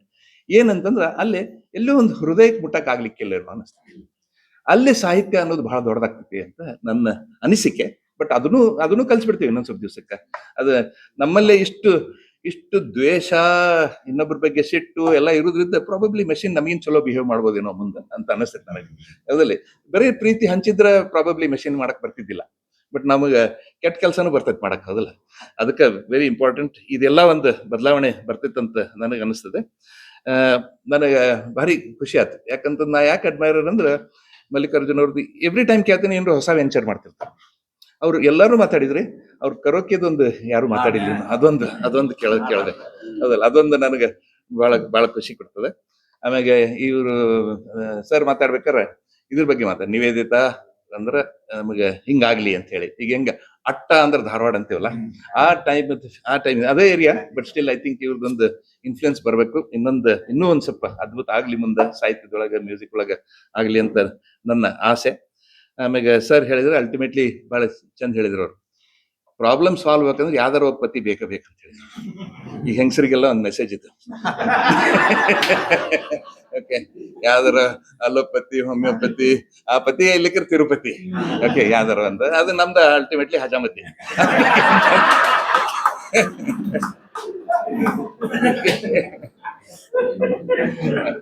So ಕಡೆಗೆ ಅವು ಯಾವ ಆಗ್ಲಿ ಅಂದ್ರೆ ಅಲ್ಟಿಮೇಟ್ಲಿ ಮಠಪತಿ ಅಂತೂ ಇದ್ದಾರ. ಓಕೆ, ಸೊ ನನ್ನ ಪ್ರಕಾರ ಇದೊಂದು ಏನ್ ಹವ್ಯಾಸ ಐತಲ್ಲ, ಇದು ಎಲ್ಲಾರ್ಗು ಇದ್ದೇ ಇರ್ತದೆ, ಇದು ಆಗ್ಬೇಕು. But at the same time ನನಗೆ ಸಮಾಜದೊಳಗೆ ಏನ್ ನೋಡ್ತೀನಿ ಅಂದ್ರೆ, ಸ್ವಲ್ಪ ಯಾಕೋ ಒಬ್ಬ ಹಿಂದಕ್ಕೆ ಹೊಂಟೇವೇನೋ, ಹೆಚ್ಚಿಗೆ ಹಿಂದ್ ವಿಚಾರ ಮಾಡಕತ್ತೇನೋ ಅನಿಸ್ತೈತಿ. ಈ ಮಾಡರ್ನಿಟಿ ಏನೈತಲ್ಲ ಅದ್ರ ಬಗ್ಗೆ ಮುಂದೆ ಹೋಗ್ಬೇಕು. ಇವನ್ನ ನಮ್ಮ ಈ ಕೌಶಲ್ಯಗಳನ್ನ ಯೂಸ್ ಮಾಡ್ಕೊಂಡು ಮಾಡರ್ನಿಟಿನೂ ಅಡಾಪ್ಟ್ ಮಾಡ್ಬೇಕು ಅಂತ ನನಗೆ ಅನಿಸ್ತದೆ. ಅದಕ್ಕಿಲ್ಲೇ ನನಗೆ ಮಲ್ಲಿಕಾರ್ಜುನ್ ಹೇಳಿದೆ, ನನಗೆ ಅಲ್ಲೆಲ್ಲ ಸಾಹಿತಿಗಳು ಇರ್ತಾರಪ್ಪ, ನನ್ನ ಯಾಕೆ ಕರಿತಿ ಇಲ್ಲಿ ಮಾತಾಡಕ್ ಅಂತ ಹೇಳಿದೆ. ಇಲ್ಲ, ನೀವು ಬಂದು ಕುಂದ್ರಿ ಅಂತ. ಕುಂದ್ರಾಕ್ ಬಂದೆ, ಇವ್ರು ಮಾತಾಡ್ರಿ ಅಂತಂದ್ರಿ. ಇವೆಲ್ಲ ಬಹಳ ತ್ರಾಸ. ಅದಕ್ಕೆ ಗೊತ್ತಿತ್ತು ನನಗೆ ಏನ್ರು ಒಂದು ಮಾತಾಡ್ಬೇಕಾಗ್ತದೆ ಮ್ಯಾಲೆ ಕುಂತ ಮೇಲೆ ಅಂತೇಳಿ. ಅದಕ್ಕೆ ನಾನು ಒಂದು ಮಾಡರ್ನಿಟಿ ಮ್ಯಾಗ ಒಂದು ಕುಂತು ಇವತ್ತ ಒಂದು ಕವನ ಬರ್ತೀನಿ. ಅದ್ರ ಬಗ್ಗೆ ಒಂದು 4 ಲೈನ್ ಓದ್ಬಿಡ್ತೀನಿ. ಅವ್ರ ಕವನ ಓದ್ಬೇಕಂತ ಮಾಡಿದೆ, ಬಟ್ ಇನ್ನೊಂದು ಬುಕ್ ಓದಿಲ್ಲ. ಬಟ್ ನಂಗೆ ಬುಕ್ ನೋಡಿದೆ, ಬಹಳ ಚಂದ ಅನಿಸ್ತು. ಅವ್ರು ಅದ್ಭುತವಾಗಿ ಹಾಡು ಹೇಳಿದ್ರಲ್ಲ, ಅವಾಗಂತೂ ಇನ್ನೂ ಖುಷಿ ಆಯ್ತು. ಅದ್ರೊಳಗೆ ಹೆಂಗದ ಕ್ಯೂರಿಯಾಸಿಟಿ ಕ್ರಿಯೇಟ್ ಆಯ್ತು. ಅಷ್ಟೇ ಅಲ್ಲ, ಇಲಿಸ್ಟ್ರೇಷನ್ಸ್ ಬಹಳ ಚಂದ ಮಾಡ್ಯಾರ, ಡ್ರಾಯಿಂಗ್ಸ್ ಯಾರು ಭಾರಿ ಚಂದ ಮಾಡ್ಯಾರ. ಲೈನ್ ಡ್ರಾಯಿಂಗ್ಸ್ ಯಾರು ಮಾಡ್ಯಾರ ಅಂತ ಗೊತ್ತಾಗ, ಇದ್ರೊಳಗೆ ಎಲ್ಲೂ ನಾ ಎಕ್ನಾಲೇಜ್ಮೆಂಟ್ ಒಳಗೆ ನೋಡ್ಲಿಲ್ಲ. Okay, very good. ನಾ ಎಕ್ನಾಲೇಜ್ಮೆಂಟ್ ಒಳಗೆ ಓದಿದೆ, ಅಲ್ಲಿ ಸಿಗ್ಲಿಲ್ಲ. ಭಾರಿ ಚಂದ ಮಾಡ್ಯಾರ. So over all the book has become very attractive. So ನಂದು ಲಾಸ್ಟಿಗೆ ದಯವಿಟ್ಟು ಇನ್ನೊಂದು 5 ಸೆಕೆಂಡ್ ನಂದೊಂದು ತಡ್ಕೊಂಡು ನನ್ನ ಕವನ. ಯಾಕಂತಂದ್ರೆ ಅವ್ರು ಹೇಳಿದ್ರಲ್ಲ, ಆಗಲೇ ಹೇಳಿದ್ರು, ಯಾರು ಎಲ್ಲಾರೊಳಗೂ ಒಂದು ಕವಿ ಇರ್ತಾನೆ. ಮೋಸ್ಟ್ಲಿ ಎಲ್ಲಾರೊಳಗೂ ಚಲೋ ಕವಿ ಇರ್ತಾನೆ, ನನ್ನಲ್ಲಿ ಕೆಟ್ಟ ಕವಿ ಅದನ್ನ. ಸೊ ಅವನ ಬಗ್ಗೆ ಒಂದು 4 ಲೈನ್ ಮತ್ತೆ ಹೇಳಿ ನಾನು ಮುಗಿಸ್ತೀನಿ. ಓಕೆ, ಇದರ ಹೆಸರು ಈ ದೀಪ ಅಂತ ಹೇಳಿ. ಅಂದ್ರೆ ಈ ಎಲೆಕ್ಟ್ರಾನಿಕ್ ದೀಪ, ಈ ದೀಪ ಅಂತ ಹೇಳಿ. ಈ ದೀಪ ಪೆಟ್ಟಿಗೆ ಕಡ್ಡಿಯ ಸಂಘರ್ಷ ಬೇಕು ಹಚ್ಚಲು ಆ ದೀಪ, ಬತ್ತಿ ಎಣ್ಣೆಗಳು ಬೇಕು ಉರಿಯಲು ಆ ದೀಪ, ಹೊತ್ತಿ ಸುಡುತ್ತಾ ಹೊಗೆಯ ಉಸಿರು ಬಿಡುವುದು ಆ ದೀಪ, ಬಹಳ ನಿಕಟ ಹೋದ ಕೈಯನ್ನೇ ಸುಡುವುದು ಆ ದೀಪ, ಕೋಪ ಬೆಂದಲ್ಲಿ ಬೆಂಕಿ ಹಚ್ಚಿ ನಾಶವೂ ಮಾಡಬಲ್ಲುವುದು ಆ ದೀಪ, ಯಾವ ಭಯವೂ ಕೊಡದೆ ಬೆಳಕು ಎಸಗುವುದು LED ದೀಪ, ಘರ್ಷಣೆ ಮಾಲಿನ್ಯ ಹಾಗೂ ಸುಡುವ ಸಾಮರ್ಥ್ಯವಿಲ್ಲದ ಈ ದೀಪ, ಮೌಢ್ಯಗಳನ್ನು ತೊರೆದು ಮನದಲ್ಲಿ ಹಚ್ಚಿದರೆ ಆಧುನಿಕತೆಯ ಈ ದೀಪ, ದ್ವೇಷವಿಲ್ಲದ ಬೆಳಕನ್ನು ಪ್ರೀತಿಯಿಂದ ಬೆಳಗೋಣ ಬನ್ನಿ ನವಕಾಲದ ಈ ದೀಪ, ಮನಗಳಲ್ಲಿ ಸ್ಥಾಪಿಸೋಣ ಈ ಸೌಹಾರ್ದದ ಹೊಸ ಬೆಳಕಿನ ಹೊಸ ದೀಪ. ಧನ್ಯವಾದ. ಕವಿತೆ ಬರೆಯುವುದು ದೊಡ್ಡ ಸಾಧನೆ ಏನಲ್ಲ. ಮನುಷ್ಯನ ಹವ್ಯಾಸಗಳಲ್ಲಿ ಕವನ ಬರೆಯುವುದು ಒಂದು ಹವ್ಯಾಸ. ಕೆಲವ್ರಿಗೆ ಹಾಡೋದ್ರಲ್ಲಿ ಹವ್ಯಾಸ ಇರ್ತದೆ, ಕೆಲವ್ರಿಗೆ ಚಿತ್ರಕಲೆಯಲ್ಲಿ ಹವ್ಯಾಸ ಇರ್ತದೆ. ಹಂಗೆ ನನಗೆ ಕವನ ರಚನೆಯಲ್ಲಿ ಒಂದು ಹವ್ಯಾಸ. ಆ ಹವ್ಯಾಸವನ್ನ ಇಲ್ಲಿವರೆಗೆ ನಾನು ಮುಂದುವರ್ಸ್ಕೊಂಡು ಬಂದಿದ್ದೀನಿ.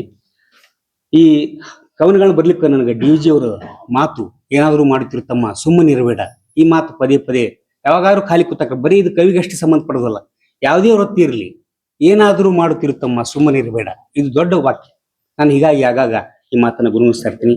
ನಮ್ಮ ನಿತ್ಯ ಕ್ರಿಯೆಗಳಲ್ಲಿ ಸಮಾಜಮುಖಿ ಚಿಂತನೆಗಳಿರ್ಬೇಕು. ಬರೀ ಏನಾರು ಬರೆಯೋದು, ಬರೀ ಏನಾರು ಮಾಡೋದಕ್ಕಿಂತಲೂ ನಮ್ಮ ಯಾವುದೇ ಕಾರ್ಯ ಅದರೊಳಗೆ ಸಮಾಜಮುಖಿ ಚಿಂತನೆ, ಒಳ್ಳೆತನ ಇರಬೇಕು ಅನ್ನೋದು ನಮ್ಮ ಒಟ್ಟಾರೆ ಸಾಹಿತ್ಯದ ಉದ್ದೇಶ. ನಾನು ಇವತ್ತು ಬರೆದಿದ್ರೊಳಗೆ ಪ್ರತಿಯೊಂದರಲ್ಲೂ ಸ್ವಲ್ಪ ಆದರೂ ಸಮಾಜಮುಖಿ ಚಿಂತನೆ ಐತೆ ಎಂಬುದು ಬಲವಾದ ನಂಬಿಕೆ. ಮಾಡಿದ್ನೆಲ್ಲ ತೋರಿಸಿ ಸ್ಟೇಟಸ್ ಇಟ್ಕೊಂಡು ಪ್ರಚಾರ ಪ್ರೀತಿ ಘಟಿಸ್ಕೊಳ್ಳೋದಕ್ಕಿಂತಲೂ ನಾವು ಮಾಡಿದ್ದು ಎಲೆಮರೆಯಾಗಿ ಕಾಯಾಗಿದ್ರು ಉಳಿದ್ರೂ ಪರವಾಗಿಲ್ಲ. ಈ ದೇಶದಲ್ಲಿ ಅನೇಕ ಸಂತರು ತೋರಿಸೋಬೇಕಂತ ಏನು ಮಾಡಿಲ್ಲ, ಸುಮ್ಮನೆ ಮಾಡಿ ಹೋಗ್ಬಿಟ್ಟಾರ. ಅವ್ರು ಹೋದ್ಮೇಲೆ ನಮ್ಗೆ ಅವ್ರು ಎಷ್ಟು ಗ್ರೇಟ್ ಇದ್ರು ಅನ್ನೋದು ಗೊತ್ತಾಗಿದೆ. ಸೊ ನಾನು ಇವತ್ತು ನನ್ನ ಕೃತಿಯನ್ನು ನಿಮ್ಮ ಮುಂದೆ ಇಟ್ಟಿನಿ. ನನ್ನ ಕೃತಿಯನ್ನ ಓದಿ ಕನಿಷ್ಠ ಮತ್ತು ಗರಿಷ್ಠ ಅಂಕಗಳನ್ನ ಕೊಡಲು ಓದುಗರು, ಪ್ರೇಕ್ಷಕರು, ಮೇಲೆ ಇರುವಂತವ್ರು, ಕೆಳಗೆ ಇರೋರು, ಇವರೆಲ್ಲ ನಿರ್ಣಾಯಕರು ಬಂದಿರಿ ಅನ್ನುವಂಥ ಒಂದು ಭಾವ, ಖುಷಿ ವಿಷಯ. ತಾವೆಲ್ಲ ಬಂದಿದ್ದು ಒಂದು ಖುಷಿ ವಿಷಯ. ಅನೇಕ ವಿಷಯಗಳನ್ನ ಹಿಂಗ್ ಬರಿಬೇಕಾಯ್ತು, ಹಂಗ್ ಬರಿಬೇಕಾಯ್ತು, ಇದು ಸರಿಯೋ ತಪ್ಪೋ ಈ ದ್ವಂದ್ವಗಳು ಇದ್ದಿರ್ತಾವ. ರಾಬರ್ಟ್ ಫ್ರಾಸ್ಟ್ನ ದ ರೋಡ್ ನಾಟ್ ಟೇಕನ್ ಎಂಬ ಪೋಯಮ್ ನನಗೆ ಇವತ್ತಿಯೂ ಆದರ್ಶ. 2 roads diverged in a yellow wood. I am sorry I could not travel both ಅನ್ನೋ ಮಾತು ನಾನು ಆಗಾಗ ನೆನೆಸ್ಕೋತಾ ಇರ್ತೀನಿ.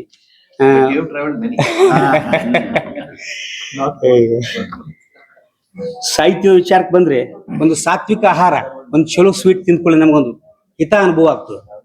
ಆ ಅನುಭವ ಕವನ ಓದಕ್ಕೂ ಆಗ್ಬೇಕು. ಒಂದು ಗೀತೆಯನ್ನು ಕೇಳಿದಾಕ್ರೆ ಒಂದು ಆ ಭಾವ ಆದ್ರೆ ಆ ಸಾಹಿತ್ಯ ಬರ್ದಕ್ಕೆ ಸಾರ್ಥಕತೆ ಅಂತೇಳಿ ನನ್ನ ಅಭಿಪ್ರಾಯ. ಅನೇಕ ಕವನಗಳನ್ನ ನಾವು ಕೇಳಿರ್ತೀವಿ. 1-2 ಕವನಗಳ ಸಾಲುಗಳು, ಚುಟುಕುಗಳನ್ನ ಹೇಳ್ಬಿಡ್ತೀನಿ, ದೊಡ್ಡ ಸಮಯ ಅಂತ ತೊಳಲ್ಲ.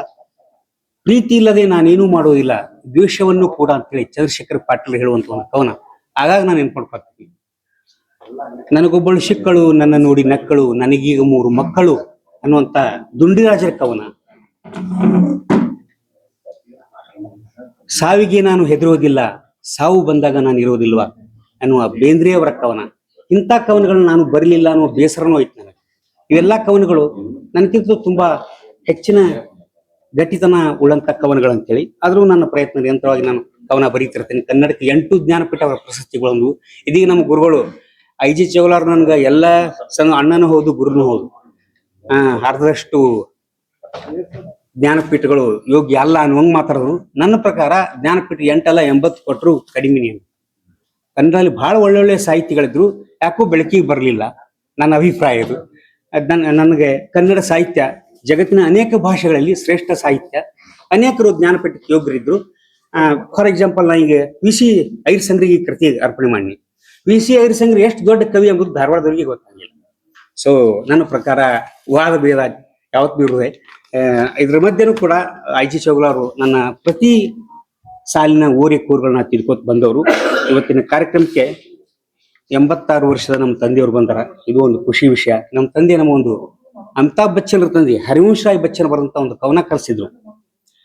ಹರ್ ಹಾರ್ ಏಕ್ ವಿರಾಮ್ ಹೈ, ಜೀವನ್ ಮಹಾನ್ ಸಂಗ್ರಾಮ್ ಹೈ, ತಿಲ್ ತಿಲ್ ಮೀಟುಂಗಾ ಪರ್ ದಯಾ ಕಿ ಬೀಕ್ ಮಾಂಗುಂಗಾ ನಹಿ, ವರದಾನ್ ಮಾಂಗುಂಗಾ ನಹಿ. ನಮ್ಮ ತಂದೆ ಯಾವತ್ತೂ ಕಲಿಸಂತ ಕವನ ಇದು. ನಮ್ಮ ಮನೆಯೊಳಂದ್ರೆ ನಮ್ಮ ತಂದೆನೇ ಒಂದು ಪಾಠಶಾಲೆ. ನಾನು, ನಮ್ಮಣ್ಣ, ನಮ್ಮ ತಂಗಿ ಇವೆಲ್ಲ ಕವನಗಳನ್ನು ಭಯಪಟ್ಟು ಹೇಳ್ಬಿಡ್ತೀವಿ ಇವತ್ತು.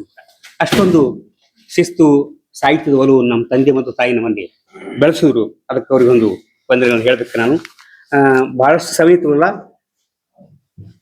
ನನ್ನ ಇವತ್ತಿನ ಈ ಪ್ರೋಗ್ರಾಮ್ ಅಂದ್ರೆ ಒಂದು ಆತ್ಮೀಯ ಬೆಸುಗೆ. ಬಹುತರಾಗಿ ಶಿವಪ್ರಸಾದ್ ಅವ್ರು ಗೊತ್ತಿಲ್ಲ, ಒಂದು 15 ವರ್ಷಗಳಿಂದ ಇವ್ರ ತಂದೆಯವರು ಋಷವೇಂದ್ರ ಸ್ವಾಮಿಗಳು ನನ್ನ ಒಂದು ಪ್ರತಿ ಬಿಡುಗಡೆಗೆ ಬಂದಿದ್ರು. ಇದೇ ವೇದಿಕೆಯಲ್ಲಿ ನಾನು ಅವರು ವೇದಿಕೆಯನ್ನು ಹಂಚ್ಕೊಂಡಿದ್ವಿ. ತುಂಬಾ ಖುಷಿ ವಿಷಯ ನನಗೆ. ಆಮೇಲೆ ಚೌಗ್ಲಾರ್ ಅವರು ಕಳೆದ 30 ವರ್ಷದಿಂದ ನನಗೆ ಬಹಳ ಆತ್ಮೀಯರು. ಹೆಂಗಂದ್ರೆ ನಮ್ಮ ಬ್ರದರ್ ಬೆಂಗಳೂರಿಗೆ ಹೋಗ್ಬಿಟ್ಟ, ಒಂದು 5 ನಂಟು ಹೋಗೋದಂಗ ಆಗ್ಬಿಟ್ಟು. ನನ್ ದಿನನಿತ್ಯ ಏನಾದ್ರು ಬರೆದ್ರೆ ಮಾಡಿದ್ರೆ ಒಂದು ಡಿಕ್ಷನರಿ ಅಂದ್ರೆ ಯಾರಂದ್ರೆ ನಮ್ಮ ಚೌಗ್ಲಾರ್ ಅವ್ರು ಅನೇಕ ವಿಷಯಗಳನ್ನ ಕಲಿಸ್ಯಾರ ನನಗೆ. ಅವ್ರು ಕಲಿಸಿದ್ರೊಳಗೆ ಒಂದು ವಿಷಯ ಹೇಳ್ಬೇಕು. ಮಲ್ಲಿಕಾರ್ಜುನ ಬಹಳಷ್ಟು ಮಂದಿಗೆ ಸದ್ಯ ಹೆಂಗ್ ಬರೀಬೇಕು, ಮಧ್ಯ ಹೆಂಗ್ ಬರಿಬೇಕು ಗೊತ್ತಾಗಲ್ಲ. ಯಾವ್ದು ಅಲ್ಪ ಪ್ರಾಣ, ಯಾವ್ದು ಮಹಾಪ್ರಾಣ ಅಂತ ಗೊತ್ತಾಗಲ್ಲ. ನಾ ಸದ್ಯ ತಪ್ಪ ಬರುವುದು, ಮಧ್ಯ ಮಾತ್ರ ಕರೆಕ್ಟ್ ಬಿಡ್ತೀನಿ.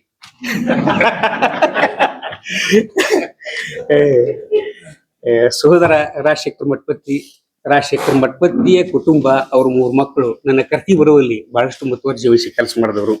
ಹಾಗೆ ನಮ್ಮ ಶರಣ್ ಕುಮಾರ್ ಬೇಡಿದಾರ್ ಅವರು ಬರೀ ಒಂದು ಕವನ ಮಾತ್ರ ಓದಿದ್ರು. ಅವರು ಕರೋನಾ ಸಂದರ್ಭದಲ್ಲಿ ನನ್ನ 2 ಕವನಗಳನ್ನು ತುಂಬಾ ಚೆನ್ನಾಗಿ ಹಾಡ್ಯಾರ. ಯೂಟ್ಯೂಬ್ನಲ್ಲಿ ನಾನು ಬರ್ದವನ್ಕಿಂತೂ ಒಂದು ಹೆಜ್ಜೆ ಮುಂದೆ ಅನ್ನುವಂಗ ಶರಣ್ ಕುಮಾರ್ ಬೇಡಿದಾರ್ ಅವರು ಇವತ್ತು ಕೂಡ ತುಂಬಾ ಚೆನ್ನಾಗಿ ಹಾಡಿದ್ರು. ಅವ್ರಿಗೊಂದು ವಂದನೆ ಹೇಳ್ಬೇಕು ನಾನು. ಆಮೇಲೆ ಪಾಟೀಲ್ ವಿ.ಎಸ್. ಪಾಟೀಲ್ 16 ವರ್ಷದಿಂದ ಪರಿಚಯ. ನಾನೊಂದು ಶಿಕ್ಷಣಕ್ಕೆ ಸಂಸ್ಥೆ ಪ್ರಾರಂಭ ಮಾಡಿ ಕೋರ್ಟ್ನ್ಯಾಗ ಕೇಸ್ ಹಾಕಿ ಅದು ಸಮಸ್ಯೆ ಆದ ಕಾರಣ ಹೋಗಿ ಭೇಟಿಯಾಗಿದ್ದು ವಿ.ಎಸ್. ಪಾಟೀಲ್ರಿಗೆ. ಅವರು ಸಂಕ್ಷಿಪ್ತವಾಗಿ ಹೇಳಿದ್ರು, ಅದನ್ನ ನಾನು ಬಹಳ ಸರಳವಾಗಿ ಮಾಡಿಕೊಟ್ಟವರು ವಿ.ಎಸ್. ಪಾಟೀಲ್. ಅವ್ರಿಗೂ ನಾನು ಧನ್ಯವಾದಗಳು ಹೇಳಬೇಕು. ಈ ಕೋರ್ಟ, ಕಚೇರಿ, ಪೊಲೀಸ್ ಸ್ಟೇಷನ್ ಯಾವ್ಯಾವಾಗೋ ನಾವು ಹೋಗಿ ಬಂದೀನಿ. ಯಾವುದೇ ಸಾಮಾಜಿಕ ಚಿಂತನೆ ಇದ್ರು ನಾ ಧೈರ್ಯ ಇದ್ದ ಯಾವುದೇ ನಿರ್ಬಿಡಿಯಿಂದ ಪೊಲೀಸ್ ಸ್ಟೇಷನ್ಗಳಿಗೆ ಹೋಗಿ ಬಂದೀನಿ. ನನ್ ಹೆಮ್ಮೆ. ಆದ್ರೆ ನನಗೆ ಆ ಸಂದರ್ಭದಲ್ಲಿ ಒಬ್ಬ ಹಿರಿಯರ ಎಂಬುದು ಸಿಕ್ಕವರು ವಿ.ಎಸ್. ಪಾಟೀಲ್. ಅದಕ್ಕೆ ಅವ್ರಿಗೊಂದು ವಂದನೆಗಳನ್ನು ಹೇಳ್ತಾ ಇದ್ದೀನಿ. ಅಸಂಖ್ಯಾತ ಮಿತ್ರರು ಬಂದಿರಲಿ. ನಮ್ಮ ರಾಮನಗೌಡರು ಅಧ್ಯಕ್ಷರು, ಆಮೇಲೆ ನಮ್ಮ ಫ್ರೆಂಡ್ಸ್ ಅಂತ ಸೋಮಣ್ಣ, ರಘು, ಎಲಿಗಾರ್ ಅವರು, ಕೌಳಿ ಅವರು, ಅನಿಲ್ ಅವರು, ಅಸಂಖ್ಯಾತ ಜನರು ಇವತ್ತು ನಾನು ಕಾರ್ಯಕ್ರಮ ಬಂದಿರಿ. ಸಮಯನೂ ಬಹಳ ಆಗಿದೆ. ಆದರೂ ಕೂಡ ಒಬ್ಬ ಕವಿ ಒಂದು ಕವನ ವಚನ ಮಾಡ್ಬೇಕೆ, ಕವನ ವಾಚನ ಮಾಡಿದ್ರೆ ಒಂದು ಕವಿ ಸ್ವಲ್ಪ ಈ ಕಂಬಾರ್ ಅವರಿಗೆ ಜ್ಞಾನಪೀಠ ಪ್ರಶಸ್ತಿ ಬಂದ ತಕ್ಷಣ ಪಾಟೀಲ್ ಪುಟ್ಟಪ್ಪರು ಅಪೋಸ್ ಮಾಡಿದ್ರು. ಅವನು ನನಗೆ ಬೇಸರ ಆಯ್ತು. ಆ ಟೈಮ್ದಾಗ ಕಂಬಾರ್ ಅವ್ರನ್ನ ಕುರಿತು ಒಂದು ಕವನ ಬರೆದಿದ್ದೆ. ಆ ಕವನವನ್ನು ಓದುವುದರೊಂದಿಗೆ ನನ್ನ 4 ಮಾತು ಮುಗಿಸ್ತೀನಿ. ಗುರು ಮುಂಬಾರ ಹಿಂಬಾರ ಬದಿಗೆಟ್ಟು ನಿಮ್ಮ ಸಮಗ್ರ ಭಾರ ಎಷ್ಟೆಂದರೆ ಹೇಳುವುದು ಬಲುಬಾರ ಕಂಬಾರ. ನನಗೆ ಗೊತ್ತಿರುವಷ್ಟು, ಉಳಿದವರು ಊಹಿಸದಷ್ಟು, ಅಮ್ಮವರಿಗೆ ಮಾತ್ರ ಗೊತ್ತಿರುವಷ್ಟು. ಪ್ರತಿಯೊಬ್ಬ ಗಂಡನ ಭಾರ ಶ್ರೀಮತಿಯವರಿಗೆ ಮಾತ್ರ ಗೊತ್ತಿರ್ತದೆ. ಗೊತ್ತಿದ್ದರೂ ಅದು ಕಾಯದಷ್ಟು. ಬಲ್ಲವರೇ ಬಲ್ಲರು ನಿಮ್ಮ ಭಾರ ಕಂಬಾರ. ಜಗದಗಲ ದೇಹ ಮುಗಿಲಗಲ ನಗೆ, ಮೌನ ಮೊಗ್ಗೆ ಒಡೆದು ಮಾತನಾಡಿದಾಗ ಪ್ರಸನ್ನ ಬಗೆ. ಸಾಹಿತ್ಯ, ನಾಟಕ, ಸಿನಿಮಾ ಹೀಗೆ ಆಡಿನ ಊಟ, ಕಾಡು ಕುದುರೆ ಓಟ, ಶಿಖರ ಸೂರ್ಯನ ಮಾಟ. ಪ್ರಶಸ್ತಿ ಸಿಕ್ಕಿದ್ದು ತಪ್ಪಲ್ಲ, ಪಾಪು ಅತ್ತರೆ ರಮಿಸಬೇಕಿಲ್ಲ.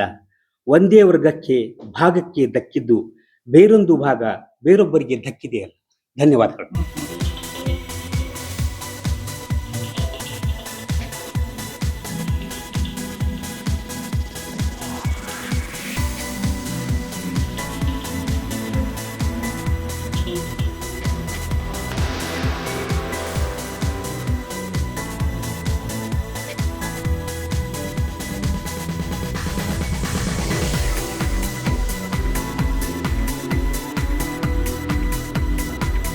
ಮಲ್ಲಿಕಾರ್ಜುನ ಸುಮಾರು 30 ವರ್ಷದಿಂದ ನಮ್ಮ ಪರಿಚಯ. ಸಂಘದಾಗೂ ಭಾರಿ ಆ್ಯಕ್ಟಿವ್ ಇತ್ತು. ಏನೋ ಬರಿಬೇಕಾದ್ರೂ ಅವರಿಗೆ ಕೊಡ್ತೇವೆ ನಾವು. ಯಾವ್ದಾದ್ರು ಒಂದು ಆಫೀಸಿಂದ ಇರಲಿ, ನಮ್ದು ಏನಾರು ಸಬ್ಜೆಕ್ಟ್ ಇರಲಿ, ಯಾವ್ದಿದ್ರು ರೈಟಿಂಗ್ ಮಾತ್ರ ಅವ್ರದೇ. ನಾವು ಸುಮ್ಮನೆ ಪಾತ್ರಧಾರಿಗಳಾಗಿರ್ತೇವೆ ಅಷ್ಟೇ. ಅವಾಗ ಇದ್ರು ಹಿಂಗೆ ಇಟ್ಕೊಂತ ನಾವು ಮಾಡ್ಕೊತ ಬಂದೇವಿ. ಹೆಚ್ಚು ದೊಡ್ಡ ರಾಜಶೇಖರಣ್ಣರು ಒಂದು ಇದನ್ನು ಬರೆದಿದ್ರು, ತಿರಂಗ ಅಂತ. ಅದು ಸಾಹಿತ್ಯ ನಮಗೆ ಸ್ವಾತಂತ್ರ್ಯೋತ್ಸವಕ್ಕೆ ಸಂಬಂಧಪಟ್ಟಂತ ಅದು ಕಥೆ. ಅದನ್ನು ತುಂಬ ಚೆನ್ನಾಗಿ ಅದನ್ನು ವರ್ಣನೆ ಮಾಡಿದ್ರು. ಅದನ್ನ ನಾವು ಓದಿದ್ದೆ ಅವಾಗ ಕರೆದಾಗ. ಹಾಂ, ಅದನ್ನಷ್ಟು ಅಂದ್ ಭಾಳ ದಿನ ಅದು ಒಂದು ಸ್ವಲ್ಪ ಇದಾಗಿತ್ತು. ಈಗ ಮಲ್ಲಿಕಾರ್ಜುನ ಬಗ್ಗೆ ಏನು ಹೇಳೋದಂದ್ರೆ ನನ್ನಂತೆ ಏನು ಸಬ್ಜೆಕ್ಟ್ ಇರಲಿಲ್ಲ. ಯಾಕಂದ್ರೆ ಅಷ್ಟು ಸಬ್ಜೆಕ್ಟ್ ನಮಗೆಲ್ಲ ಹೇಳ್ಕೊಟ್ರು. ನಾವು ಸುಮ್ಮನೆ ಕುಂತರೆ ನಮ್ಮ ತಲೆ ಒದಾಡ್ತಾ ಇರ್ತಾವೆ. ಆ ನಮ್ಮನ್ನ ಅಲ್ಲಿ ಒಳಗೆ ತೊಗೊಂಡೋದ್ರು. ಆ ಸಾಹಿತ್ಯಕ್ಕೆ ಅರ್ಥಪೂರ್ಣವಾಗಿ ಅದನ್ನ ಇನ್ನು ನಾವು ಕುಂತರೆ ತಲೆ ಅಳಿಗಾಡ್ಸಿವಿ. ಅದನ್ನ ಕಷ್ಟ ಅಂದ್ರೆ ಅದು ಸಂಯೋಜನೆ ಮಾಡೋದ್ರೆ ಭಾಳ ಕಷ್ಟ. ಅದನ್ನ ಗೊತ್ತಿರೋರಿಗೆ ಮಾತ್ರ ಗೊತ್ತು. ಇಲ್ಲಾಂದ್ರೆ ಎಲ್ಲರಿಗೂ ಆಗೋದಿಲ್ಲ. ಅದು ಯಾವಾಗಿದ್ರು ಅದನ್ನ 2 ದಿನದಾಗ ಅದನ್ನ ಸಂಚಾರ ಹಿಂಗ ನಮಗ ಉದಯೋನ್ಮುಖ ಒಬ್ಬ ಕವನಗಾರ ನಾವು ಇದೇ ರೀತಿ ಅವ್ರನ್ನ ಬೆಳೆಸ್ಕೊಂತ ಇನ್ನೂ ಹೆಚ್ಚು ಅವರ ಸಾಹಿತ್ಯವನ್ನು ಜನರಿಗೆ ಕೊಡ್ಲಿ. ನಮ್ಮೆಲ್ಲರೂ ಕೂಡಿಸಿ ಅವ್ರಿಗೆ ಹೆಚ್ಚೆಚ್ಚು ನಾವು ಪ್ರೋತ್ಸಾಹ ಕೊಟ್ಟಿವಂದ್ರೆ ಅವ್ರು ಇನ್ನೂ ಹೆಚ್ಚೆಚ್ಚು ನಮಗೆ ತೊಗೊಂತಾರ. ಆದ್ರೆ ಅವರು ಹಿಂಗೆ ಬರೀತಾರ ಅನ್ನೋದು ನನಗೆ ಮೊದ್ಲಿಕ್ಕೆ ಯಾವಾಗೂ ಗೊತ್ತಿಲ್ಲ. ಅವ್ರು ಯಾವಾಗದ್ರೂ ಹೇಳೇ ಇಲ್ಲ. ಅನ್ನಾರು ಬರೀತಾರ ಅನ್ನೋದು ಒಂದು ಬಿಟ್ರೆ ಇನ್ನು ಯಾವ ಸಬ್ಜೆಕ್ಟು ನಮ್ಗೆ ಗೊತ್ತಿರಲಿಲ್ಲ. ಅದ್ರ ಬರವಣಿಗೆ ಗಿರವಣಿಗೆ ಎಲ್ಲ ಇರ್ತಾವೆ.